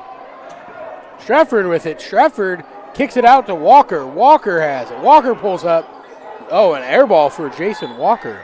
Yeah, he jumped a little too high. I know it doesn't sound like that makes a whole lot of sense, but he released the ball at too high of a point to go into the hoop. Shot it right over the net. We talk about there not being a lot of Chaney fans, but the cheerleaders are loud. Yeah, it looks like they got their JV and their varsity cheerleaders out there cheering right now, and they've been loud the whole time they've been here. Foul on Chaney. We're here for the freshman game, and they were loud. These cheerleaders came to bring it. Again, thank you to St. Vincent St. Mary and Coach Drew Joyce for allowing us here tonight. Again, it was an honor to cover them in the Play-by-Play Classic as well. And, you know, we talked about it, Chris. We talked about it in our podcast. You know, championships aren't won in December, but these games are important to try to find your identity. Yeah. And maybe that's what we're seeing with a Joyce starting here. Is he a better fit coming off the bench versus starting? You know, where's our fifth? I think the other four guys, they seem to be their core four. And then who's the fifth? Where's that fifth player is the question. Yeah, we do have some other guys in here. We have Nick McDungo. We have Jace's brother Daniel, and then we also have Sir Charles Gordon, who was starting last week. Oh! Stratford with another whack. Jeez, that was put down with authority. Stratford was not letting anything in that hoop. Dominant big man down low. I'm glad to see he's feeling okay tonight. And yes, folks, that is a high school senior you're looking at, number 35. We asked him for his birth certificate last time we saw him. You know, he's a grown man down there. Yeah, 6'10", big guy. Ball bounced around. Recover. Oh, and it's a foul on Daniel Joyce. They may have called the foul, but it was still good defense on Joyce. I mean, if he hadn't fouled him right there, that ball would have gone right in. And, you know, going back to Stratford, not only is he tall, he is big. He's got some serious muscles in his arms and his calves. This kid, if he plays at the next level, I really hope he does, can be something special. And balls up and makes the first one. I believe that's number 0, Matt Jones. Who? That's right, Matt Jones. We'll be here all night, folks. All right, rebound by Stratford on the second one. Short. Now, what's the nickname they have for Hamilton? Fats. Fats. I don't know why. Maybe we can get Levert in here, and he can tell us at halftime. I'm not sure the reason for the nickname, but Levert will come over and tell us at halftime. That'd be great. Yeah, because he's not a very big guy. He's just a little small guy, but he can run all over the court. Don't let his height fool you. Joy's still in there. Everyone's loud. I don't know what. Like, it was a foul. Like, we knew that. Everyone got really excited for a foul, I guess. Stratford kicks it out. Ball off of Chaney. It's going to stay with the Irish. Yeah. Number 2, Latrell Kimbrough. Another big guard, 6'2". I mean, Chaney's got some size. That was one thing I was really surprised about when they came out of the locker room. Yeah, they're very tall. Now, of course, Chaney not off to the best start this season. They had a big loss to Walsh. Foul on Stratford. Well, they had some big wins, you know, and soon they'll be starting their conference. Oh, no, it's schedule. a foul on Jason Hewlett. And the ref have to pull them apart. Could see some fireworks here tonight. As Hewlett landed on his backside on the ground, but he got the foul. Now, I did not have a chance to see the Irish against Sierra Canyon like you guys did, but I did see him against Walsh last week. And, man, that game got physical. Yeah, they became even more physical, actually, knowing they were going against a team like Sierra Canyon. And if you remember, Walsh had a big lead, but Safety came all the way back and almost pulled off the upset. Yeah, and upset, last week we saw the JV player plant the flag in Walsh's court at halftime, and that may not have turned out to be the best thing as they ended up losing that game. Yeah, it ended up leading to the Walsh players getting the bell, and then the guy ringing the bell the whole game. The ref had to throw him out of the game. You had parents getting into it with each other. You had the police separating people, and teachers and ADs getting involved. It was everything a city rivalry should be. Yeah, it was fun to watch. In fact, I think the guy with the flag is right there in the front row. So that's actually not the one that planted it, though. Oh, no? No. Okay. He was the one holding the flag. Yes, but it was a JV player that came and grabbed it and did it. Oh, yeah, you can't do that. And I'm sure Coach Drew Joyce was not very happy about that. Yeah, no, as he was not.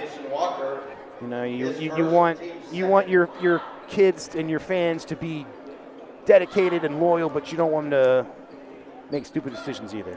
So we have 4:30 left in the first quarter. 5-3 Irish, so not much scoring, Chris. No, it's been a defensive struggle so far. Yeah, both teams playing some pretty tough defense as we get a big shot, and that's no good. Rebound and kicked out to Kevin Williams. We got a couple substitutions in for Chaney right now. Yeah, Jonte Ford is in there, I know that. And so is Williams to Walker. Oh, Walker thought about it. He puts it up. Floater, no good. Rebound, poked around. Who comes away with it? It's the Cowboys. That was Latrell Kimbrough. With a dump off to number There's 0, Matt Jones. Who? And he lays it in. Tie game. Say number 13, Gamore Jackson's in there as well. Lamar Jackson's on this team? Gamore Jackson. Oh. No, Lamar's hurt, thank God. Oh, no good again. And St. V players just kind of watching their shot and not going after it. Yeah, look, Chaney is out running the Irish right now. They are spacing the floor. They're running up and down, getting open looks. Jason Hewlett controlling the ball. He's going to pull up, and that's off the back of the rim, rebounded by Stratford. Hamilton going to bring it up across the timeline. Hamilton right into Stratford when he got that rebound. And we got a reach in by Jonte Floyd, I'm sorry. A couple fouls early for these teams. We got 4 already for Chaney. That's correct. Chaney foul on number 15, Jonte Floyd. That's his first. Looks like a timeout. Chaney. Timeout on the floor. There's a 30-second. So we have a timeout, but so Chris, the nice thing about this is we don't have any TV timeouts, so that's good. And in the Irish lineup, 6-foot senior, number 4, Terrell Hobson. Also in the 6'3" junior, number 14, Nick Maduka. Hey, Jack. Can you make sure he gets to the bathroom? Thanks, bud.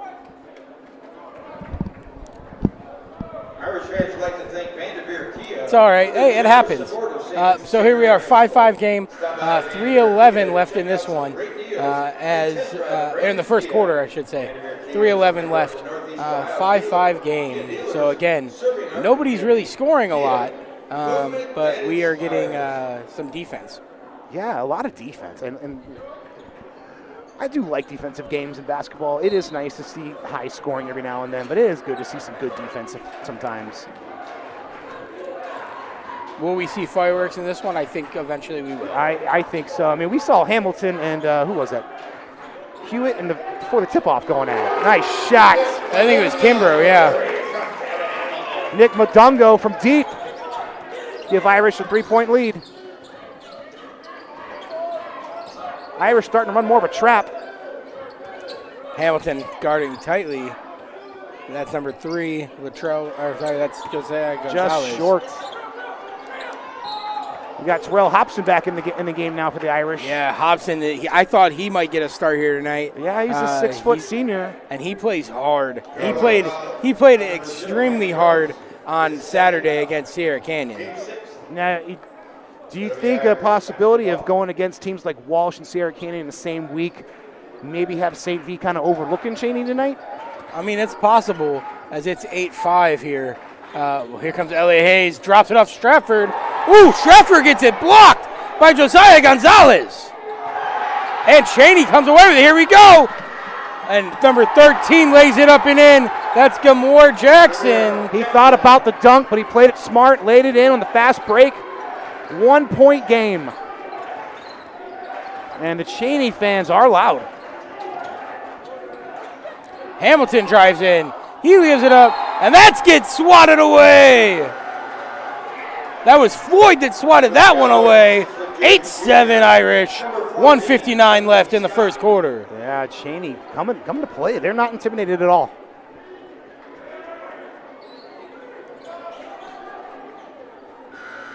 Back in for the Cowboys, number 1. Of course, also tonight, St. V girls on the road at Gilmore Academy tonight. 2 of the better teams in the area. Yeah, that's right. They are playing at Gilmore as Elliot Hayes lays it up and in. Got a hand to the face and almost knocked him down. Managed to keep his poise and get it in there. That was almost a turnover there by Chaney as they're still fighting to get up into the forecourt. They get it in. Gonna lay it up. Stratford got a hand involved, and that ball's out, and it's gonna be St. V's ball. Close to going in. Stratford again being the big man down low. Hands in his face. Knocks the ball away. Ball back to the Irish. All right, so Terrell Hobson and Kevin Hamilton playing pass. Mundungo all alone. Oh, he should have shot that, but he didn't. He had Gives a it up wide to open Hamilton. Hamilton going to step back. He's going to shoot. No good. Short. L.A. Hayes there for the board. Nice he lays play. it up and in, and he's talking. L.A. Hayes with the board and the putback. Nice play of Irish. L.A. Hayes, him and Terrell Hobson, they both got warnings in that Sierra Canyon game for running their mouths. So that's something that was to keep an eye on here, Chris. Yeah, they got to keep their composure in this game. They can't let their emotions get the best of them. Hamilton, you saw him before the tip-off getting into it. Ball's out on Chaney. Going down low to Stratford. Almost had it. Would have been a good look at the hoop. Junior, number 5, John Alex Castro. John Alex Castro, 5'9" guard for Chaney coming into the game. Chaney trying to add some more speed. So we're seeing a lot of Chaney's roster here early, Chris. Yeah, I would just always something I say I like. I like when a team can rotate a lot, when they have a lot of players they can use. It adds a lot of depth. You see the Cavs are doing that right now, which is the reason why they're playing so well right now. Good shout out to Donovan Mitchell beating his old team last night. You know, we just talked about it, Chris, as number 44, John Wharton, getting ready to check in for the Irish. John Wharton, big kid, 6'7". He got a lot of playing time last week against Walsh. Steal by Fetz. Nice good move cramp by crossover. Hamilton. Oh. And a floater. Fats Hamilton with a nice crossover, open look, drains it in there. 7-point lead for the Irish. Hamilton with a strip. Looks like it's going back to Chaney. Just barely. And that's right. Here's Wharton as a big man. Stratford going to get a break. Well, you sacrifice a little bit of size, but Wharton's got some size too. He's a big kid. Not as thick as Stratford, but almost as tall. Yeah, but again, he's only a sophomore. Yeah, things are looking promising for St. V as the future comes. Yeah, as their JV team beat Chaney as well, so those kids will be coming up as well. JV game was close for a little while. Oh, good move. Down low. Very nice. He hits Luis Fabrez, who gets it for 2 for and we have a foul. It's going to be on number 5, John Alex Castro, and he is not happy with that call. He's saying it was all ball. I disagree. There was a little bit of contact there. Foul number 5, John Alex Castro. Got our other 2 side commentators coming up here right now.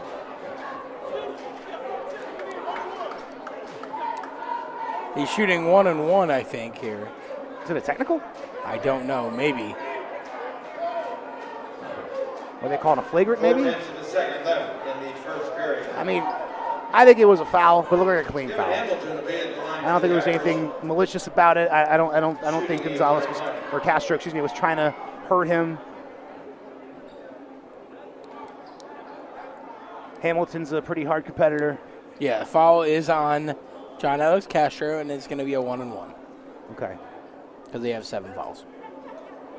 We got about half second left in the game, or in the first quarter here. As it's 14-9, Irish in the lead. Yeah, still a relatively low-scoring game. Yes. But, it's early. Anything could happen. We saw this Irish team. They could put up a lot of points in a hurry. But for Chaney, I like what they're doing. They got to stick with it. They got to keep the defense up. They got to keep the pressure on. They keep running the ball like they are. And if their cheerleaders stay loud like that. And he makes the first one. As Wharton gets pushed to the ground.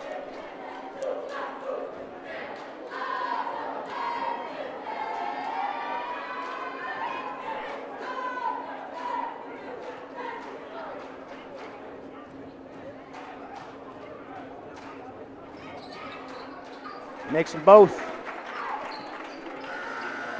And at the end of one, 16-9 Irish. All right, so 16-9 after the first quarter. And again, these teams getting chippy already as it is early in the game still.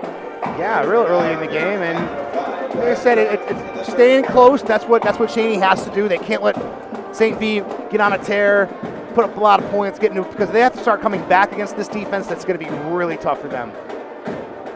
Yeah, absolutely. You got to keep it close. Otherwise, it's going to get out of hand quickly. That's one thing I saw with Walsh last week is they started out hot and they kept the pressure on St. V the entire game until the last couple minutes there with St. V that mounted almost a huge comeback. So 16-9, St. V in the lead. Who comes out into the second quarter? Are we going to see Stratford back in? I don't think so. I think he's going to get a little bit more rest. It looks like we're going to have Mendungo in there. Looks like Terrell Hobson is in the huddle. I wonder if we're going to see Sir Charles Gordon tonight. He had a really good game last week against Walsh, and I haven't seen him in there just yet. Yeah. Let's see, L.A. Hayes, I believe, going in. Yeah, it is. So Hayes, it's going to be Wharton and Hobson. Mendungo. Hamilton and Hayes. For the Cowboys, we have number 3, Josiah Gonzalez.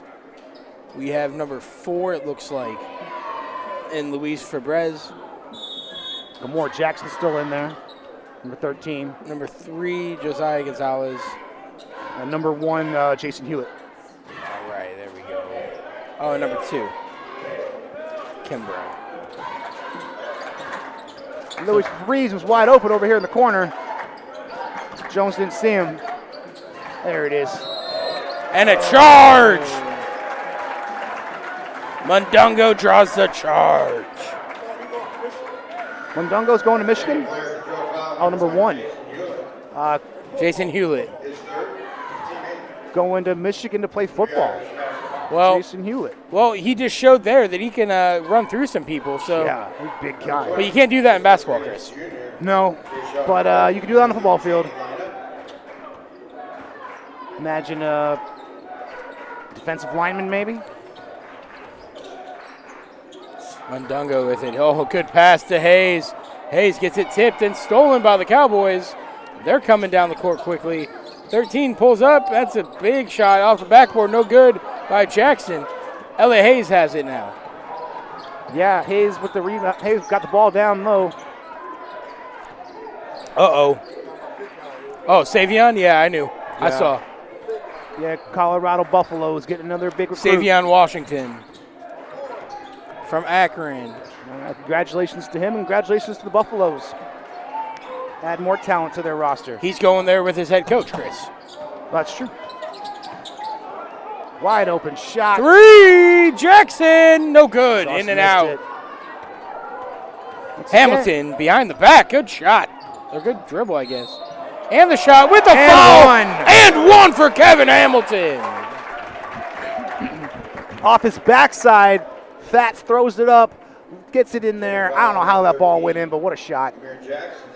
And with Chaney, they're doing everything correctly except getting the ball in the hoop. Yeah, they're getting the shots they're getting the looks at it. It just doesn't want to fall at this end. Yeah. Something they gotta get that ball in the hoop somehow.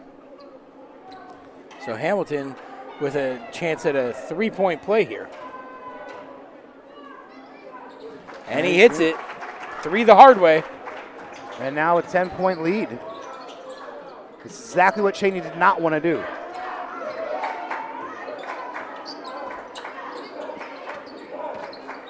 Nice dribbling around, nice pass. Reminds me of watching Coach Carter with these guys. Once again, another empty possession for Chaney. Hamilton with the speed, whoa! Too hard of a pass. Those are right into the Chaney cheerleaders. Now it's Chaney with the ball again. So Chaney has a number 3, Gonzalez. He's at the top. He's in the corner, guarded tightly by Hobson.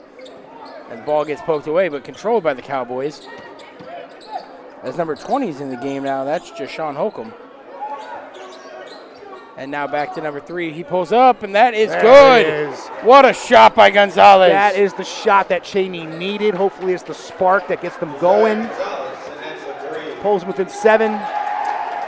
And good defense by number 4, Fabrez.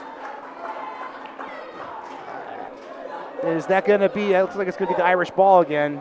Yeah, it stays with the Irish, but he poked away from Hamilton. Yeah, good play. And we got Fabrez on Hamilton. Hamilton, we get the foul or timeout. I'm not sure what happened. We did call the foul. Foul on Luis Fabrez. Cowboy foul on number 4, Luis Fabrez. That's his first. Team 10th. It's a double bonus situation for the Irish. Kevin Hamilton. Now, every time they foul, St. V's going to get a chance at a shot here. Hamilton, first one's up and no good. Oh, good. We got number 15, Aiden Callahan coming in for the Irish. Hobson coming back in too. And Dungo taking a break. It's like, Wharton, it looks like, is the other one. yeah. Oh, maybe not. I don't know. Nope, Wharton's still out there.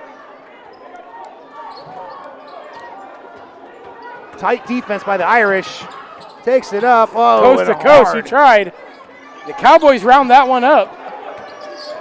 And he's going to go to the hoop, and he gets fouled by Hayes. And he's going to go to the line.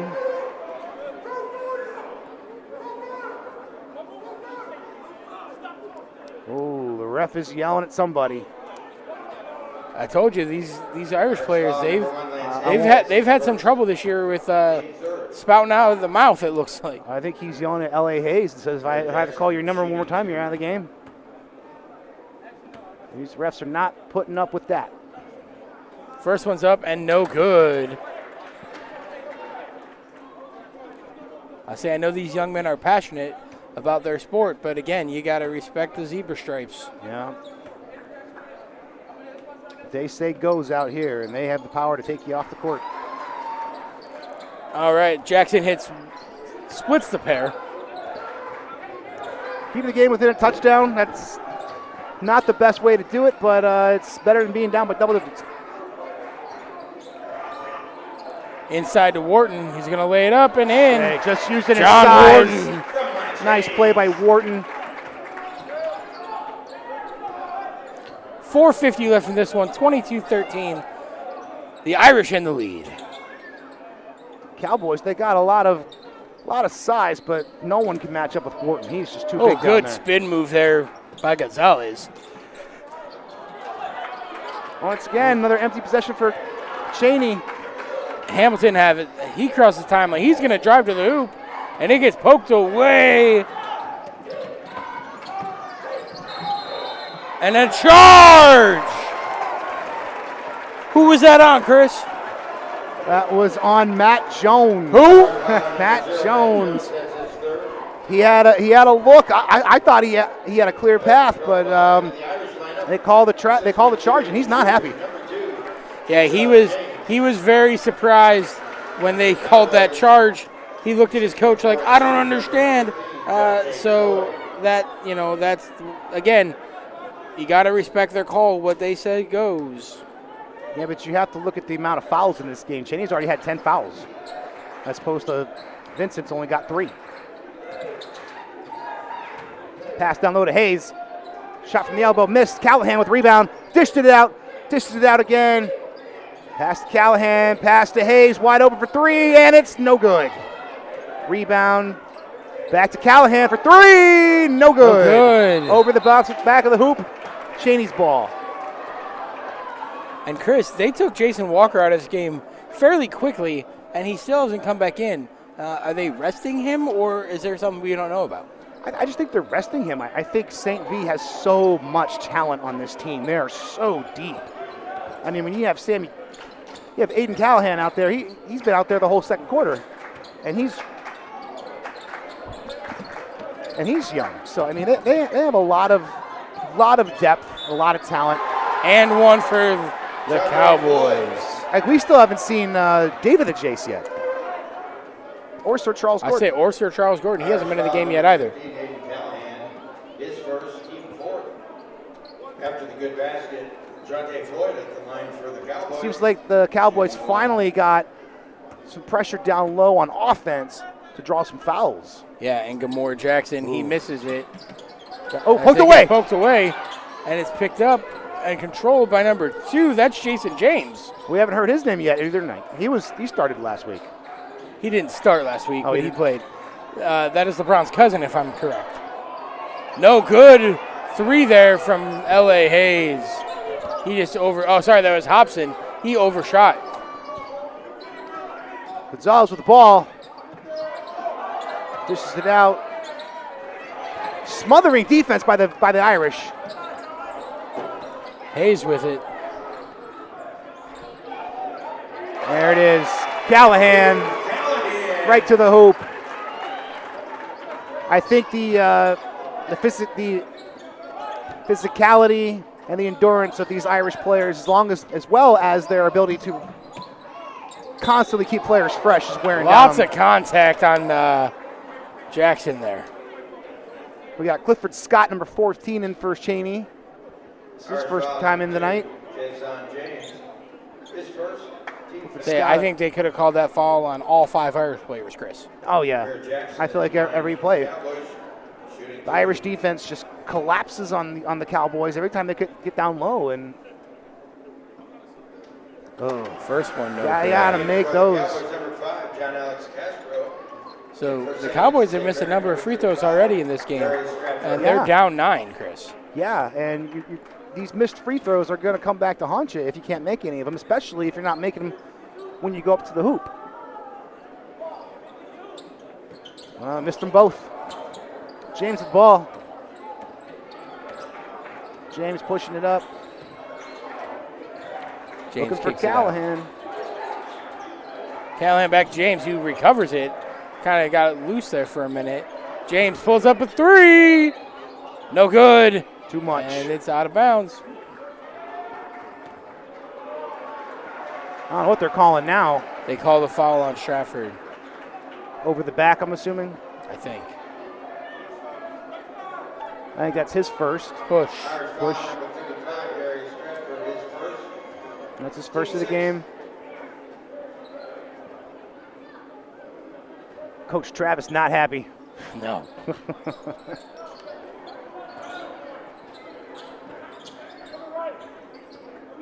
Coach Joyce down there barking signals.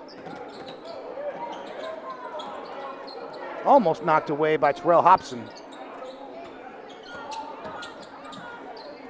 In the hands of Castro. Castro guarded by James. Gives it up to number 12. That's Johnson. Or Johnson. Sorry, that was close. Johnson and Jackson. Johnson right there and Jackson next to are each other. 12 and 13 on the depth chart. So. Offensive foul on Hobson. And Castro for Chaney in the game. First time seeing him in the game since that big foul he had on Hamilton earlier. Hobson taking a seat as Hamilton's checking in. Now once again, Chaney with another chance to get some free throws here. They cannot miss these. So Chris, we talked about Jason Walker. He's out there again now too. All right, so yeah, he was just getting a breather. Like I said, the ability to rotate players in and keep players fresh that St. B has is something you can't coach.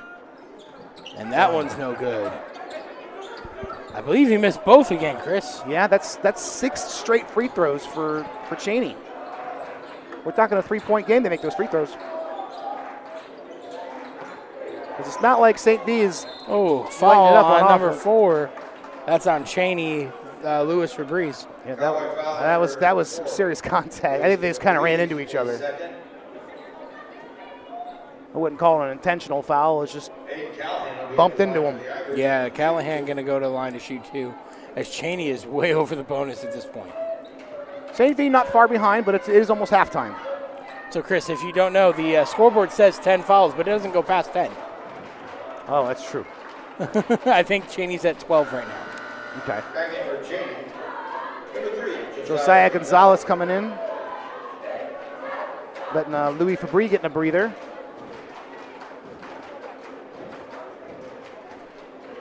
Chaney brought a lot of cheerleaders, Chris. Yeah, like I said, I think the JV, freshmen, and varsity cheerleaders are all over there.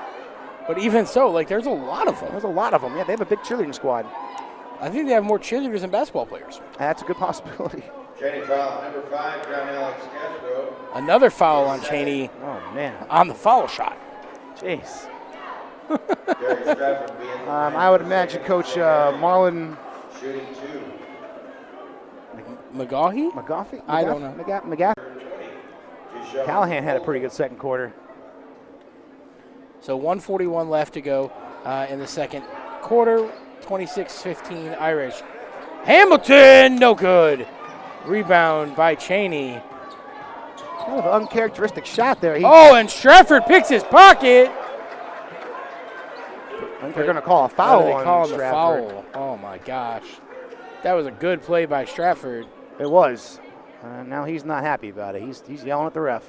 Irish foul, number 2. Oh, it wasn't on Stratford. It was on Jason James. All right, we got Daniel Jace coming back in the game. Back under St. Vincent St. Mary, number 3. Coming in for Stratford. They thought it was on him, so they pulled him out. But he had already checked in, so he has to take a seat. For the Cowboys. Got number 3, Josiah Gonzalez to the line, and he misses the free throw. The one-on-one, and my gosh. L.A. Hayes. Oh, I thought he was going up for it. Me too. He had a nice look. But he pulls it back. He gives it over to Walker to James. James going to drive and lay it up. There it is. And that's in for Jason James. Jason James say it to the hoop to over 3 defenders. 1 minute left to go here in the first half. 28-15 Irish. Laying it up, and the foul, and it's another charge. Jeez. Jason Walker draws the charge this time. That is the third foul call on Chaney this half. At least the third. At least the third.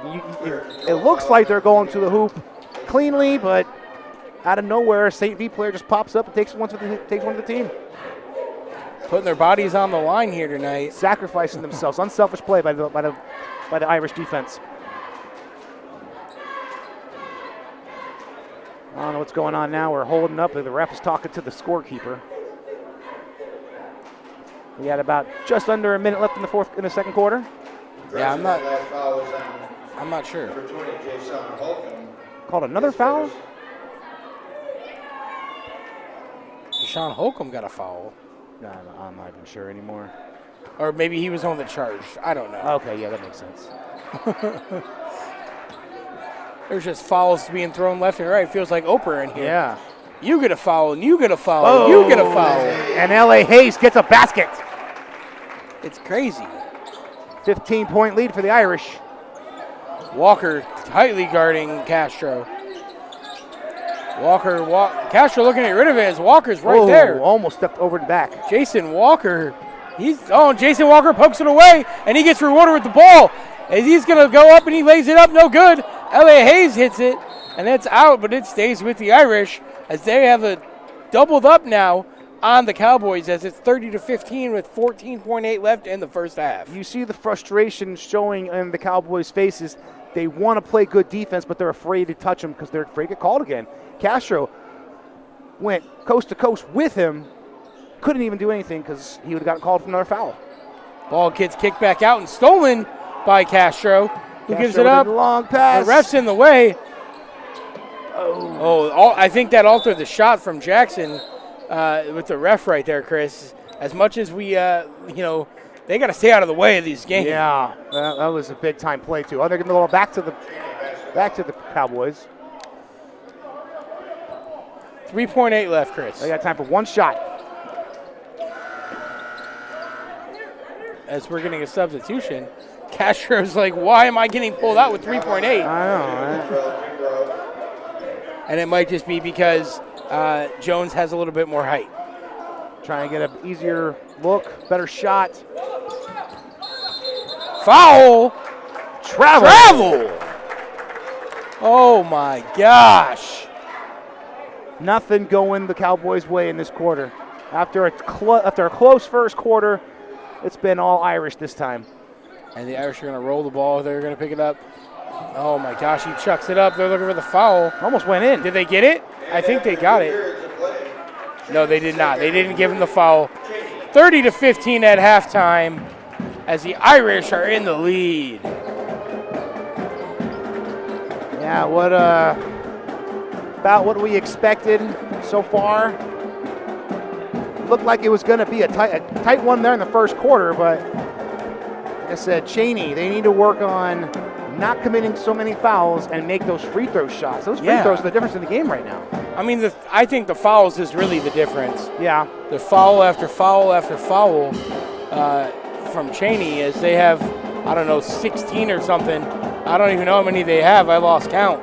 But lots of fouls and lots of fouls going on. Yeah. So that's happening right now. Let's see, Chris, do we have an update on the girls' game by chance? I don't know if we have that. I can look here. I don't have my phone. My kid took mine. Okay, I will look. I see the one ref talking to the police officer at mid-court. I don't know what's going on. And they're getting ready to do the 50-50 raffle. That has something to do with it, maybe? I don't know.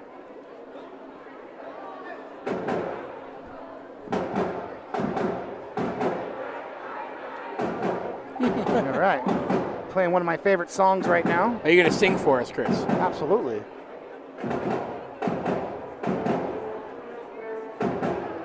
So no score for that game as St. Vincent's playing with Gilmore Academy. No score? No, it's not reported. It's 0-0 in the fourth quarter. So maybe Levert can tell us why is his name Fats? I could ask him.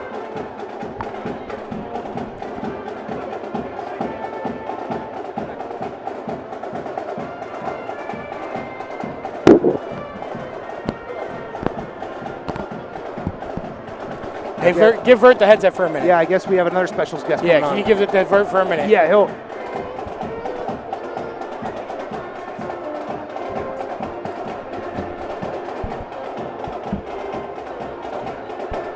I have a question.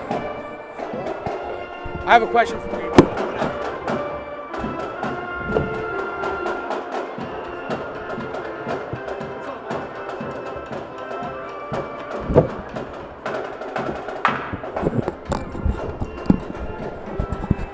Yeah, he better get used to this.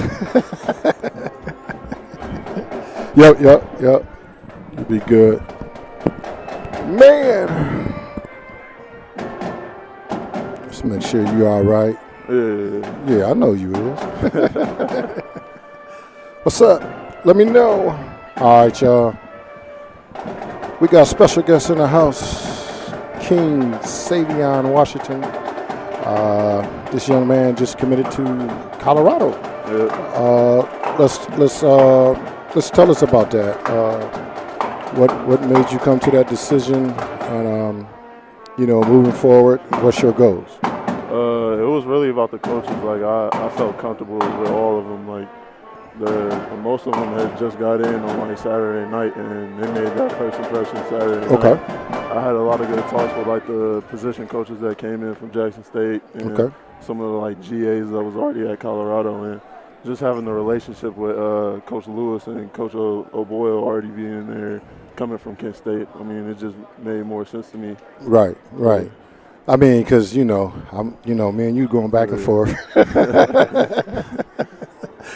And I was like, man, their dad calling me, Mom, I like, man, I said he's going to make the right decision, And one thing about it, you got a good family, strong foundation. Mom was happy. Very happy for sure. So, and just knowing your parents, knowing you from growing up, and I'm proud of you, man. And I'm looking forward to getting on that plane. I don't know about it when it get cold out there. It wasn't that cold out there. Ohio weather is a little different. Yeah, I mean, because I think it's it's further west. Yeah. It's a different type of temperature. Yeah. But the air is definitely different. So when you're looking to go, move out there soon, and so I think school starts the 14th, so I gotta be out there before then. Okay. So I'll be out of here soon, probably. Okay. I know you're ready, so, me and Mom's already talked about, some of your goals as far as, getting ready for the next level. And, I'm going to be there with you every step of the way. And Farron Murphy, we did it, baby. And, go ahead and enjoy your time home, man. And, I'll be calling you. Yeah, I'll be talking to y'all, man. And I really appreciate you, man. Just keep up the good work. All right, baby. I love you. All right, man. Yes, sir. Yep. Let's do it. Go Buffs, right? That's it, y'all. All right, brother. I'll talk to you. That's my man, Stvm, Washington. Commit to Buffalo. Prime time, bringing them in, baby. I'm telling you. Prime time is bringing them in. And it's a blessing that I get to work with this young man. And my other partner, Farron Murphy, works out with him as well. We're just looking forward to great things with this young man. And he's committed to, he's one of the first ones that committed with Dion. And Colorado's going to be special, I'm telling you. I'm about to turn it back over to the guys so they can do their little thing. And, you're going to hear great things. Don't forget, early signing day is tomorrow. So my day is going to be busy between tonight and tomorrow. My phone is already blowing up, with kids contacting, calling, seeing what's what. My man Ryan Isley, we're going to have daily posts up on Facebook, everything, just come to my social media, and I definitely have it, all your updates and everything that you need. It's right here, man. I'm telling you, the coach, baby, I'm on a different level. 23, something gonna be special, y'all. I got some stuff on the table. Been with the team, been in the lab, and working on some great things for the community. Get this wisdom while it lasts, y'all. And student athletes. If you need help with your recruiting, the process, and other things of that nature, please contact me. Because with portal, it's real tough. I'm telling you, it's real tough. And I talk to coaches daily, every day. I'm talking to coaches about what players to look out for, who's that kid. As you see, Stvm is hot off the board. I got another young man, Johnny, another lineman out of New Jersey. He visited Ohio State. He was down Ohio State Saturday. But he has a few options, Tennessee and other schools as well. So young men, student athletes that want to take their game to the next level, please contact me. I'll get you past the gatekeeper. What's up, brother? How you doing? Don't believe the hype. Some people saying, talent alone don't always get you there. Trust me. And like I said, with portal, the recruiting process game has changed. Then you get these guys out there want to, they think because you got 25 offers, whatever offers, that don't mean nothing, because just because you got those offers sitting out there, it's other kids that's knocking on the door as well. You got to stay hungry in this game, man. This game has changed. It's a business. I'm telling you, it's real tough on these student athletes, especially if you're not a 4-star, 5-star. Start looking into these other schools. Don't always think Power 5 is your ticket. Some kids, go to other schools, and you see portal, you had over 1,000 something college student athletes in the portal this year. And tomorrow is going to be, like I said, early signing day. It's going to be crazy. Chris, what's up, man? Chris trying not to knock over the studio camera there. Yeah, all of Vert's equipment here. I don't want to touch it. Yeah, we're just talking about, just sat down with one of my guys, Stvm. I'm very proud of the young man. I remember when he first started playing ball. And he played here at St. V? Yes. He's a graduate of St. Vincent St. Mary. He's be getting out of here in a couple weeks. He got a report. Now I got to get ready for that season, upcoming spring. Got to head to Colorado. Oh, yeah. He just came back. Yeah. He just came back, yesterday. He just came back yesterday, so. Yeah, he's a nice kid. I just met him. He took my little man over there to go meet him. I was like, someone really important, Bruce. Oh, yeah, he's going to the league. Yeah. That's for sure. Now, is he defensive line? Offensive line? Offensive lineman. Offensive line, okay. All right, it's about to be game time. Y'all about to turn it back over to the fellas. And this is the coach. Hey, Chris, I'll see you later, baby. Hey, buddy, I'll see you next week. Keep it going. Yep. Yes, sir. All right, y'all.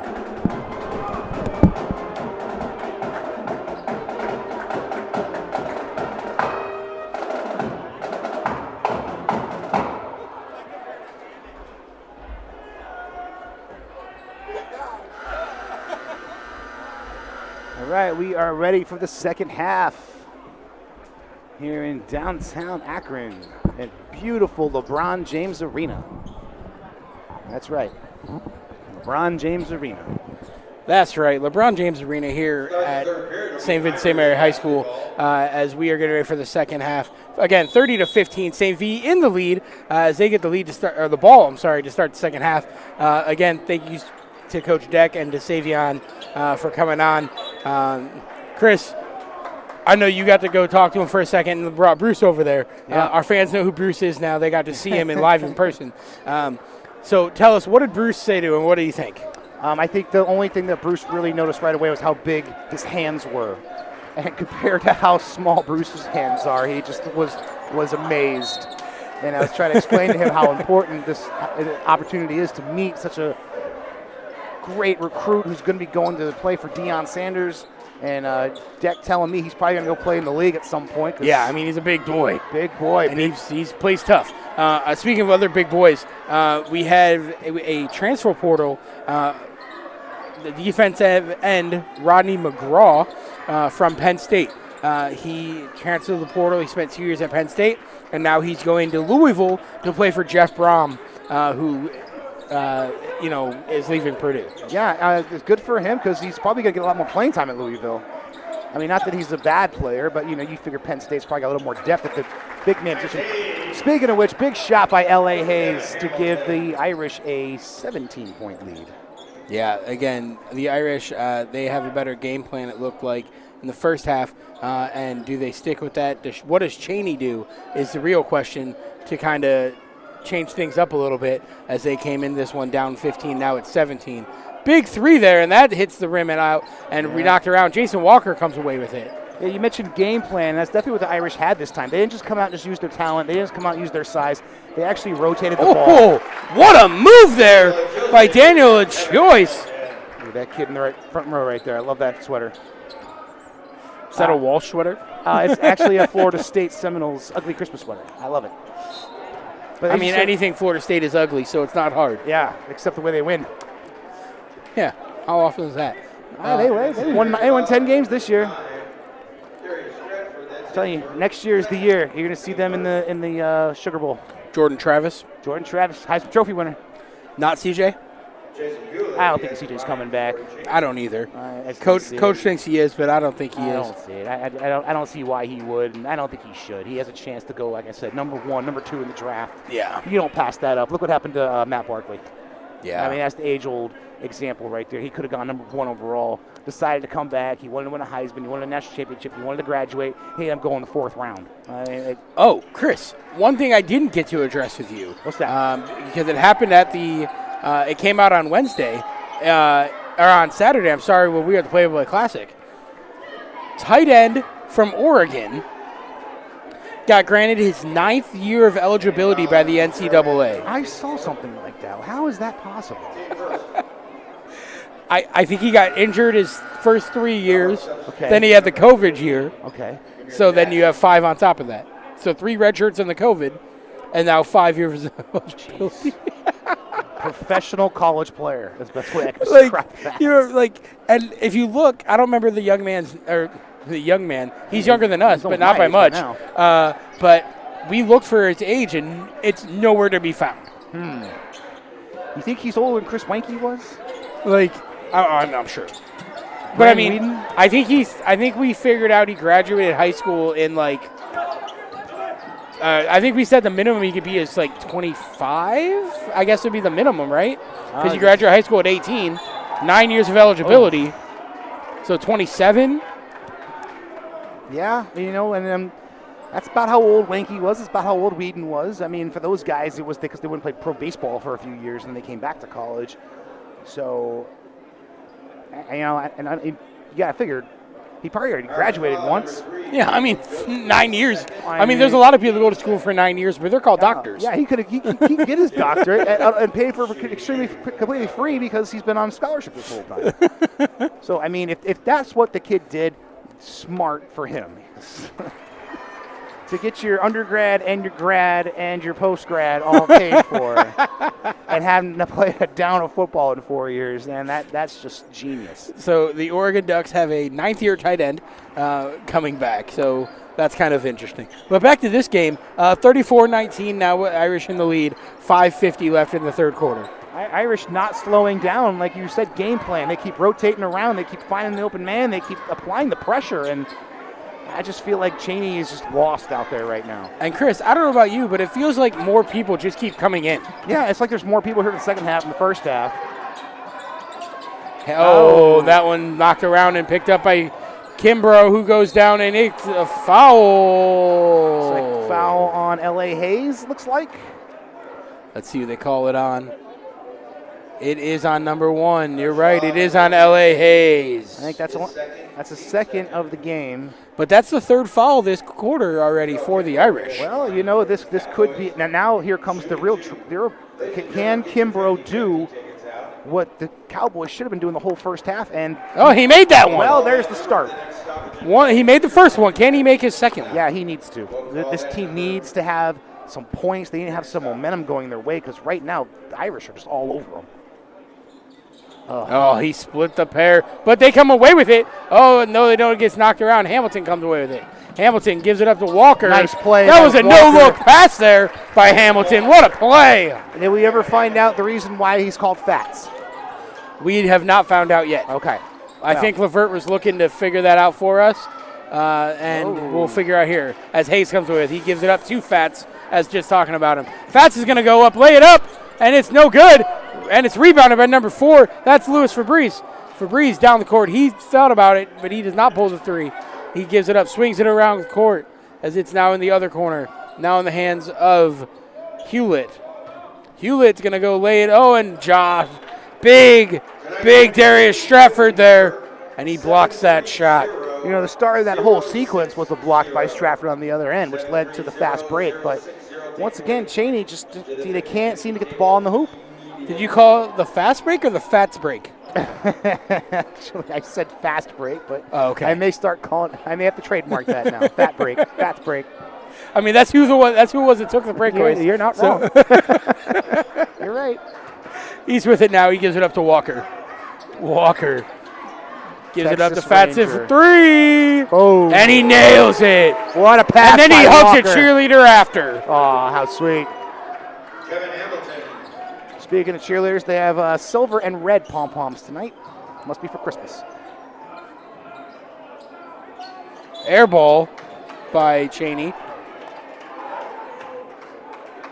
Yeah, a great pass by Walker to Fats for that big 3-point shot. Gives him an 18-point lead now. All right, so 38-20 with 4 minutes left to go in the third quarter as it's going to be the Irish ball. Excuse me. You're fine. Walker going to give it in. No, you're good. They can't see us. It's fine. Okay. So Fats with it now. Fats has it. He's got the top. Looking to give it up. He gives it up to Hayes. Hayes, jumper, no good. And that's going to be out on the Cowboys. And Chris, we've seen a lot of guys from the corner right here in front of us put shots up, and it looks like it's a really difficult shot. It is like a strange angle almost like the hoop is in front of the line. It looks like it, doesn't it? Yeah, and Kimbrough with the big play there on defense. And that one's no good. Rebound, and it's going to stay with the Irish. And Giante Floyd Didn't like that call, but he's the one that touched it. So what do you want? We have David. We have Daniel Joyce back out there. So I haven't seen Stratford lays it up and in. The big fella with the power. There's no defense for that. Yeah, I mean, when you're 6'10", there's not. You can't coach size, Chris. No, but Deontay Floyd's not that much smaller than he is. I mean. And here's Fats. He gets the steal. He's going to go lay it up. Boom. Reverse layup, no good. Tipped around L.A. Hayes, no good. The ball's still loose. Who comes away with it? They're on the ground fighting for it. And it's going to be out on the Irish, it looks like. So it'll be Clifford Scott with the big rebound. Calls the jump ball. Cowboy ball. Look at those shoes. Look like pumps.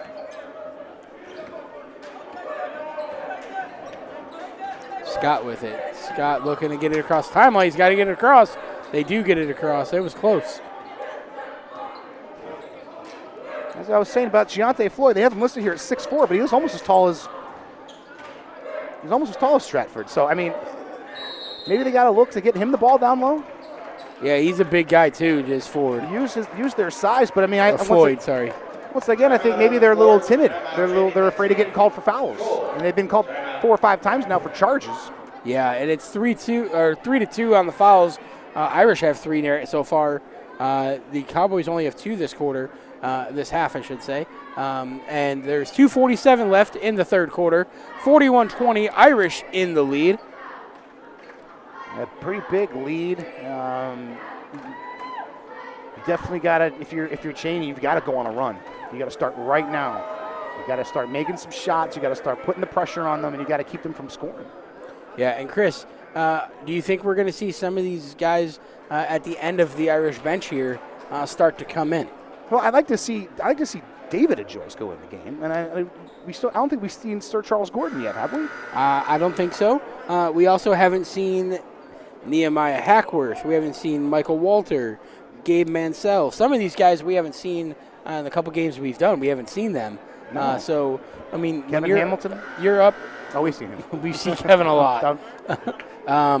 But, when you're up 21 points here, you think now start emptying the bench. I think it's time to give some of these guys some looks. We have they have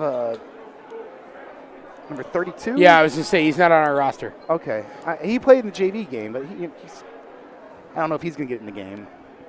As we say that, John Wharton checks in. We're getting ready to check in. He's at the table. Probably going to relieve Stratford here. Now, Stratford's been in a lot this quarter. You got to figure he's probably getting a little gassed. Floyd with it now. He's going to give it up to Scott. I'm sorry, that's not Scott, that's Jackson. As Hewlett goes to the basket, but he gets fouled. I don't know if that was a foul or... Yeah, it was. Foul on Walker.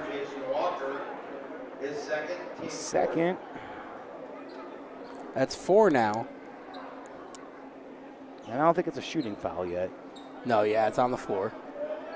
So still no chance for Chaney to gain any ground here. So 41-20, 2:20 left. Oh, and they almost got that steal, did Stratford and Hamilton. Nice trap move. Jackson with it. Jackson going to lay it up. No good. Rebound. Bounced around. Rebound. And it's slapped away. I think that was a Joyce that slapped it away. You had a block initially by Stratford. They got the ball back, and then Jace came in there and just boom, blocked it out of there. Oh, and we have a foul on Scott. Clifton Scott, he got the foul. I think it's his first of the game. He hasn't been in that much yet in this game.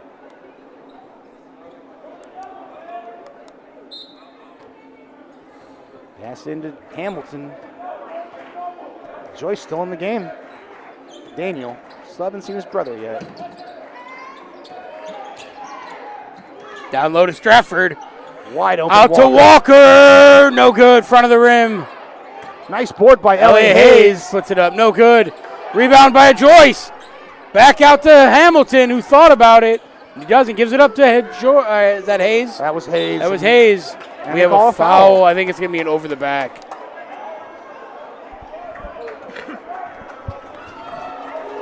Oh, it's on Kimbrough for a push. Oh, and Chaney fans are not happy. Oh, sorry, it's on Scott for the push. Well, I see some John on the floor right now. Down low for Stratford.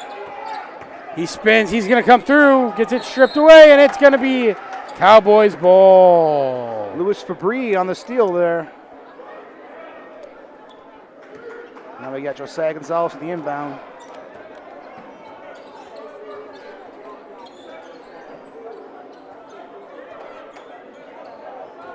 A lot of time there for the Chaney Cowboys here.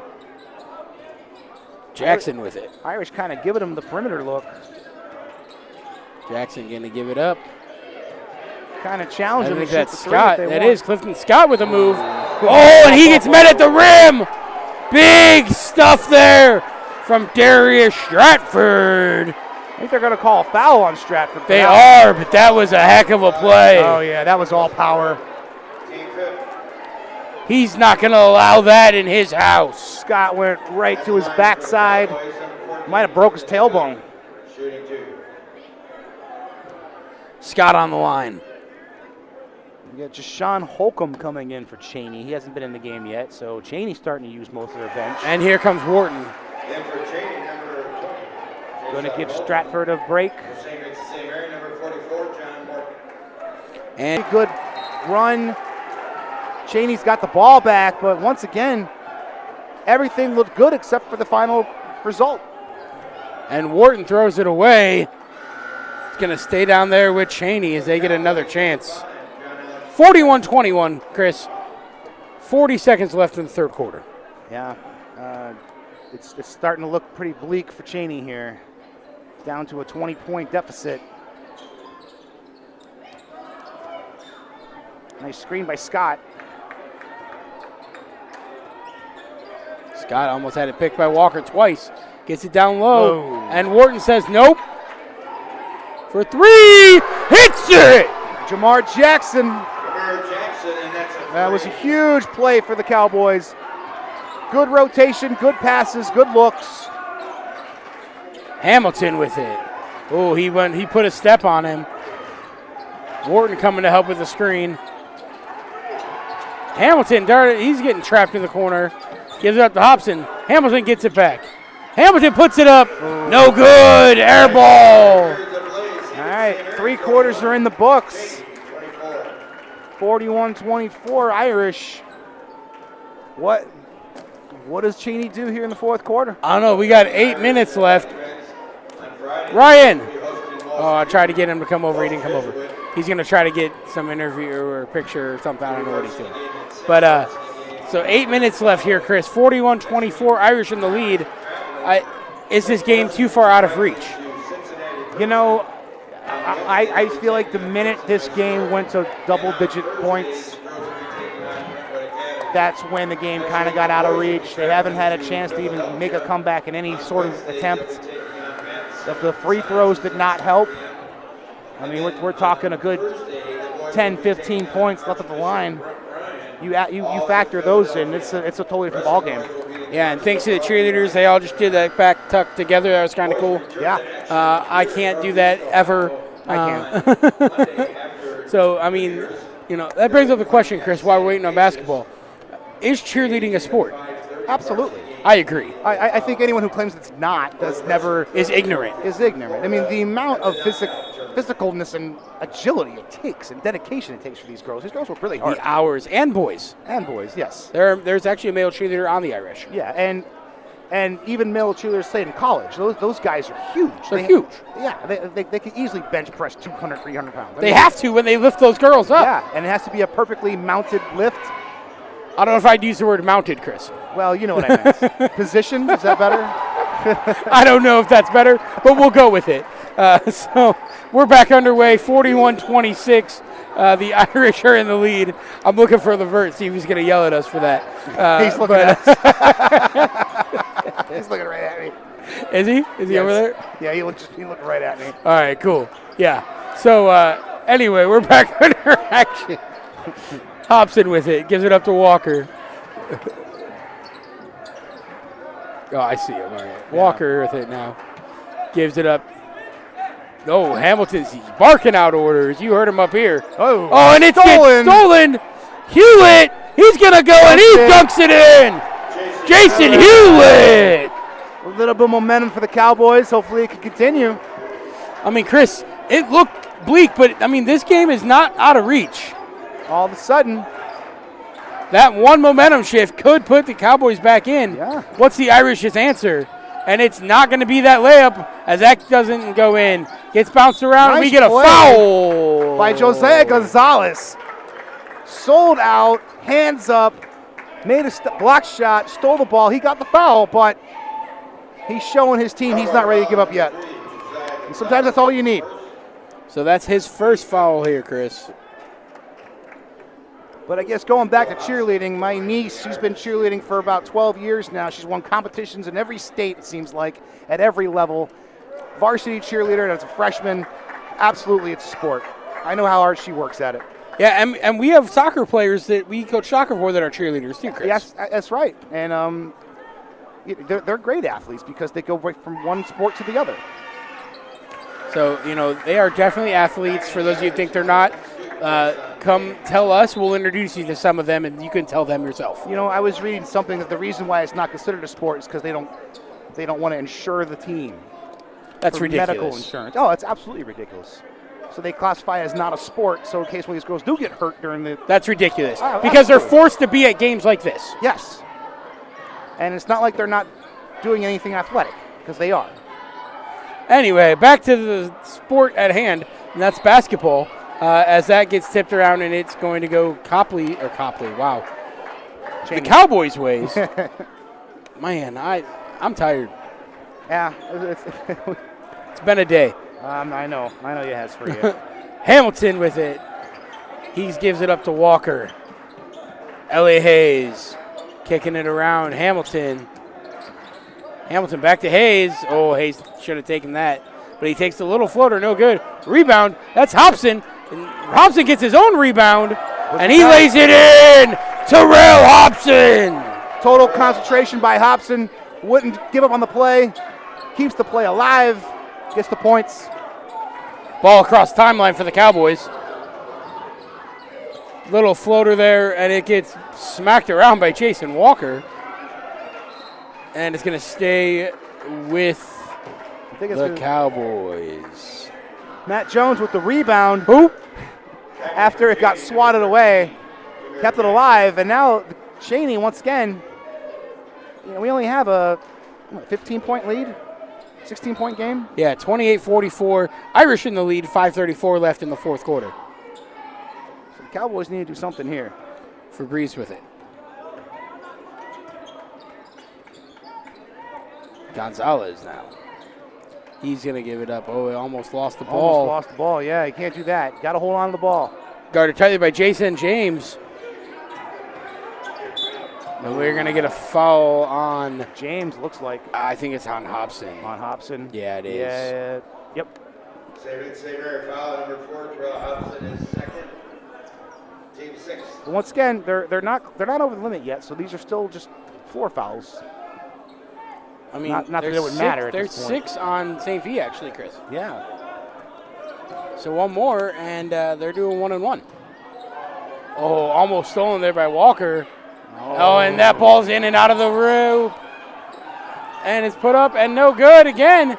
Rebound, third chance for Chaney. They get it kicked out. Oh, he thought about it. He's going to pull it from the stripe. No good. Rebound. Who comes away with it? You're fighting on the same team, guys. As Hamilton comes away with it. Chaney just having a hard time getting that ball in the hoop still. Hamilton with a nice move and a jumper from the stripe. No good. Rebound. Uh-oh. A full court pass. Whoa. Jason Walker with a interception. steal. Up to Hamilton. Hamilton had a shot, but he had to look at it. Hayes for 2. No good. Rebound. Chaney. That's Matt Jones. And another steal from Hamilton. Up to Walker. Walker lays it in. Not enough defensive pressure. Chaney, I think, is starting to get a little tired out there. They're trying to run as fast as they can to get back in it, but they can't keep up with this Irish defense. Chris, final in the women's basketball game. USF 86, OSU 88. Wow, what a game. That game went to overtime, Chris, believe it or not. Well, back to what we were talking about earlier, all these overtime games, and good job to the Buckeye ladies, making us proud as always. Like I said, I really think they have a really good shot at winning the whole thing this year. So, again, they do it again. Another overtime game for the week as the OSU ladies, again, come away with the win, 88-86. And Chris, breaking news, Jansen Dunn, second-year defensive back from Bowling Green, Kentucky, leaving the Ohio State Buckeyes. Oh, great. Where's he going? He entered the transfer portal. We don't know. But, I mean, nobody knows. So This transfer portal thing's getting outrageous. Every day you turn on the news and it's another player leaving to another school, and it's like, why even bother signing with a school in the first place? Just going to leave a couple of years. We talked about, is the transfer portal good? And I don't know what coach had a chance to talk to Stvm. He's a player that used the transfer portal that I think for a good cause. Yeah. He went from Kent State, which, no offense to Kent State, they're a good program, but also his head coach is leaving, and he's going to the same place his coach is going. Yeah, I know, and it's just like what a coach would do. He'd go from a school like Kent State to Colorado, which is exactly what Dion did. He went from a middle tier program to a big tier program, and that's, as a head coach, that's what you strive for. And very few college football players strive to start at Kent State. Right. Say, I can't wait to get out of high school so I can go to Kent State. Yeah. You go to Kent State because you couldn't get into Ohio State or Colorado the first time. Now he has a chance to do it. Congratulations to him. It's great for the city of Akron. Definitely. Yeah, Matt Jones got his 5th foul, Chris. Whoa, so he's out of the game. So he is done. He's done. That brings in number 20. Jay-Sean Holcomb. Haven't seen him yet tonight. We've seen him a few times, but it's been very brief. Not Not enough to call his name a lot. I think he was about to go in the second quarter, and then the half ran out, and he had a chance. I mean, he's had a few minutes, but like I said, he hasn't done anything for us to call his name yet. Yeah. So that would be why, but that's okay. L.A. Hayes with it now. Callahan back in the game for the Irish. Jason James in the game for the Irish. Well, like you were asking about earlier, about if St. V's going to start rotating their bench in there, and we were looking in 3 minutes left in the game. Yeah. L.A. Hayes is in there. Hamilton's in there. Jason James, no good. Rebound by Callahan. Yeah, we have pretty much. Oh, we're going to get a foul on Hamilton, I believe. Yeah. But as I was saying, not a lot of guys we haven't seen in this game. So we still haven't seen, Sir Charles Gordon. We still haven't seen David Ajoyce, excuse me. And a 20-point lead with 3 minutes left. Do you think now you start doing that? I mean, Chris, we don't know why these guys aren't playing, but maybe there's a reason. Yeah. Could be a number of reasons. I don't know who. But we're not going to speculate on what those could be. Yeah, it's just not our place to do that. And I don't know what St. V's schedule's like coming up, but I'm assuming it's going to be tough. Yeah. I don't think it's any For easier. 3! No good. And we have a foul on. Oh no! Did he step out? I think he stepped out. He stepped out of bounds. Now Jason James is going to inbound it.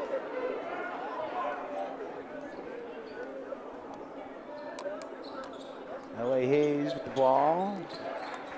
James taking it across timeline to Callahan. Callahan to Hayes. Oh, and we have. Oh, what's the call?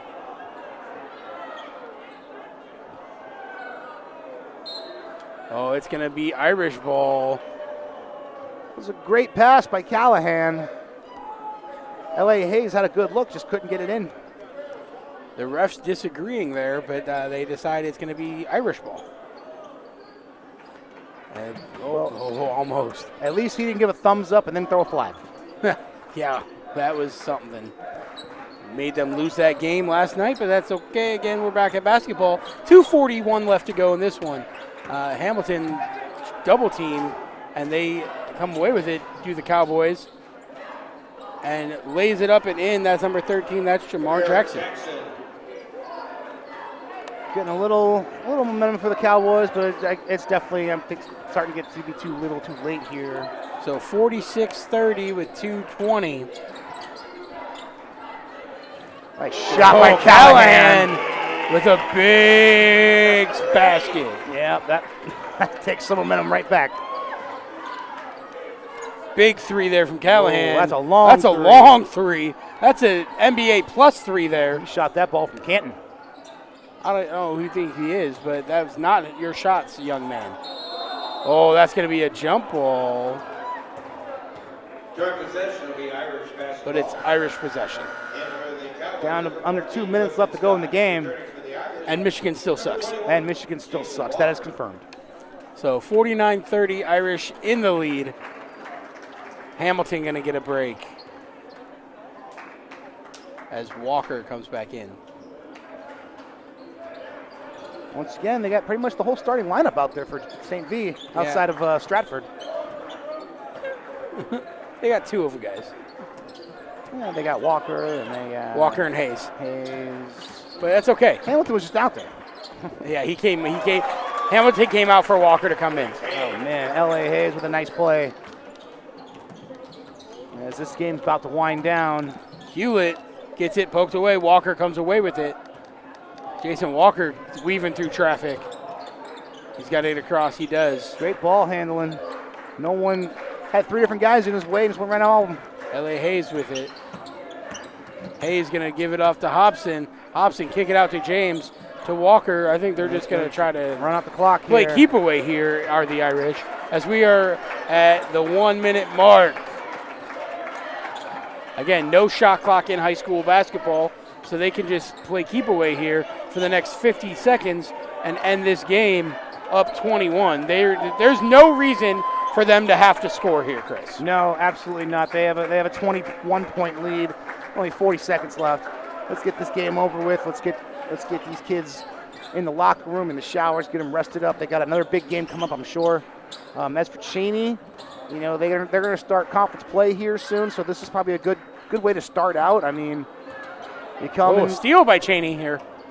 Come into LeBron James Arena. What a spin by Clifton. Scott looking good. Wow, Clifton Scott with a spin and a layup. But again, 14 seconds here. Here we go, Chris. They got to cross the timeline, and that's going to probably do it for us. As they give it up to Walker, he crosses the timeline. He's going to hold the ball. 4, 3, 2, 1, and that's the game. St. V with another big victory here tonight as they win this one 51-32 against the Cowboys from Youngstown. Chaney. Again, big thank you to St. V for letting us come out and do the podcast and cover the game here tonight. I'm sure we'll be back. I'm sure we'll see this team again another time, another place. Again, for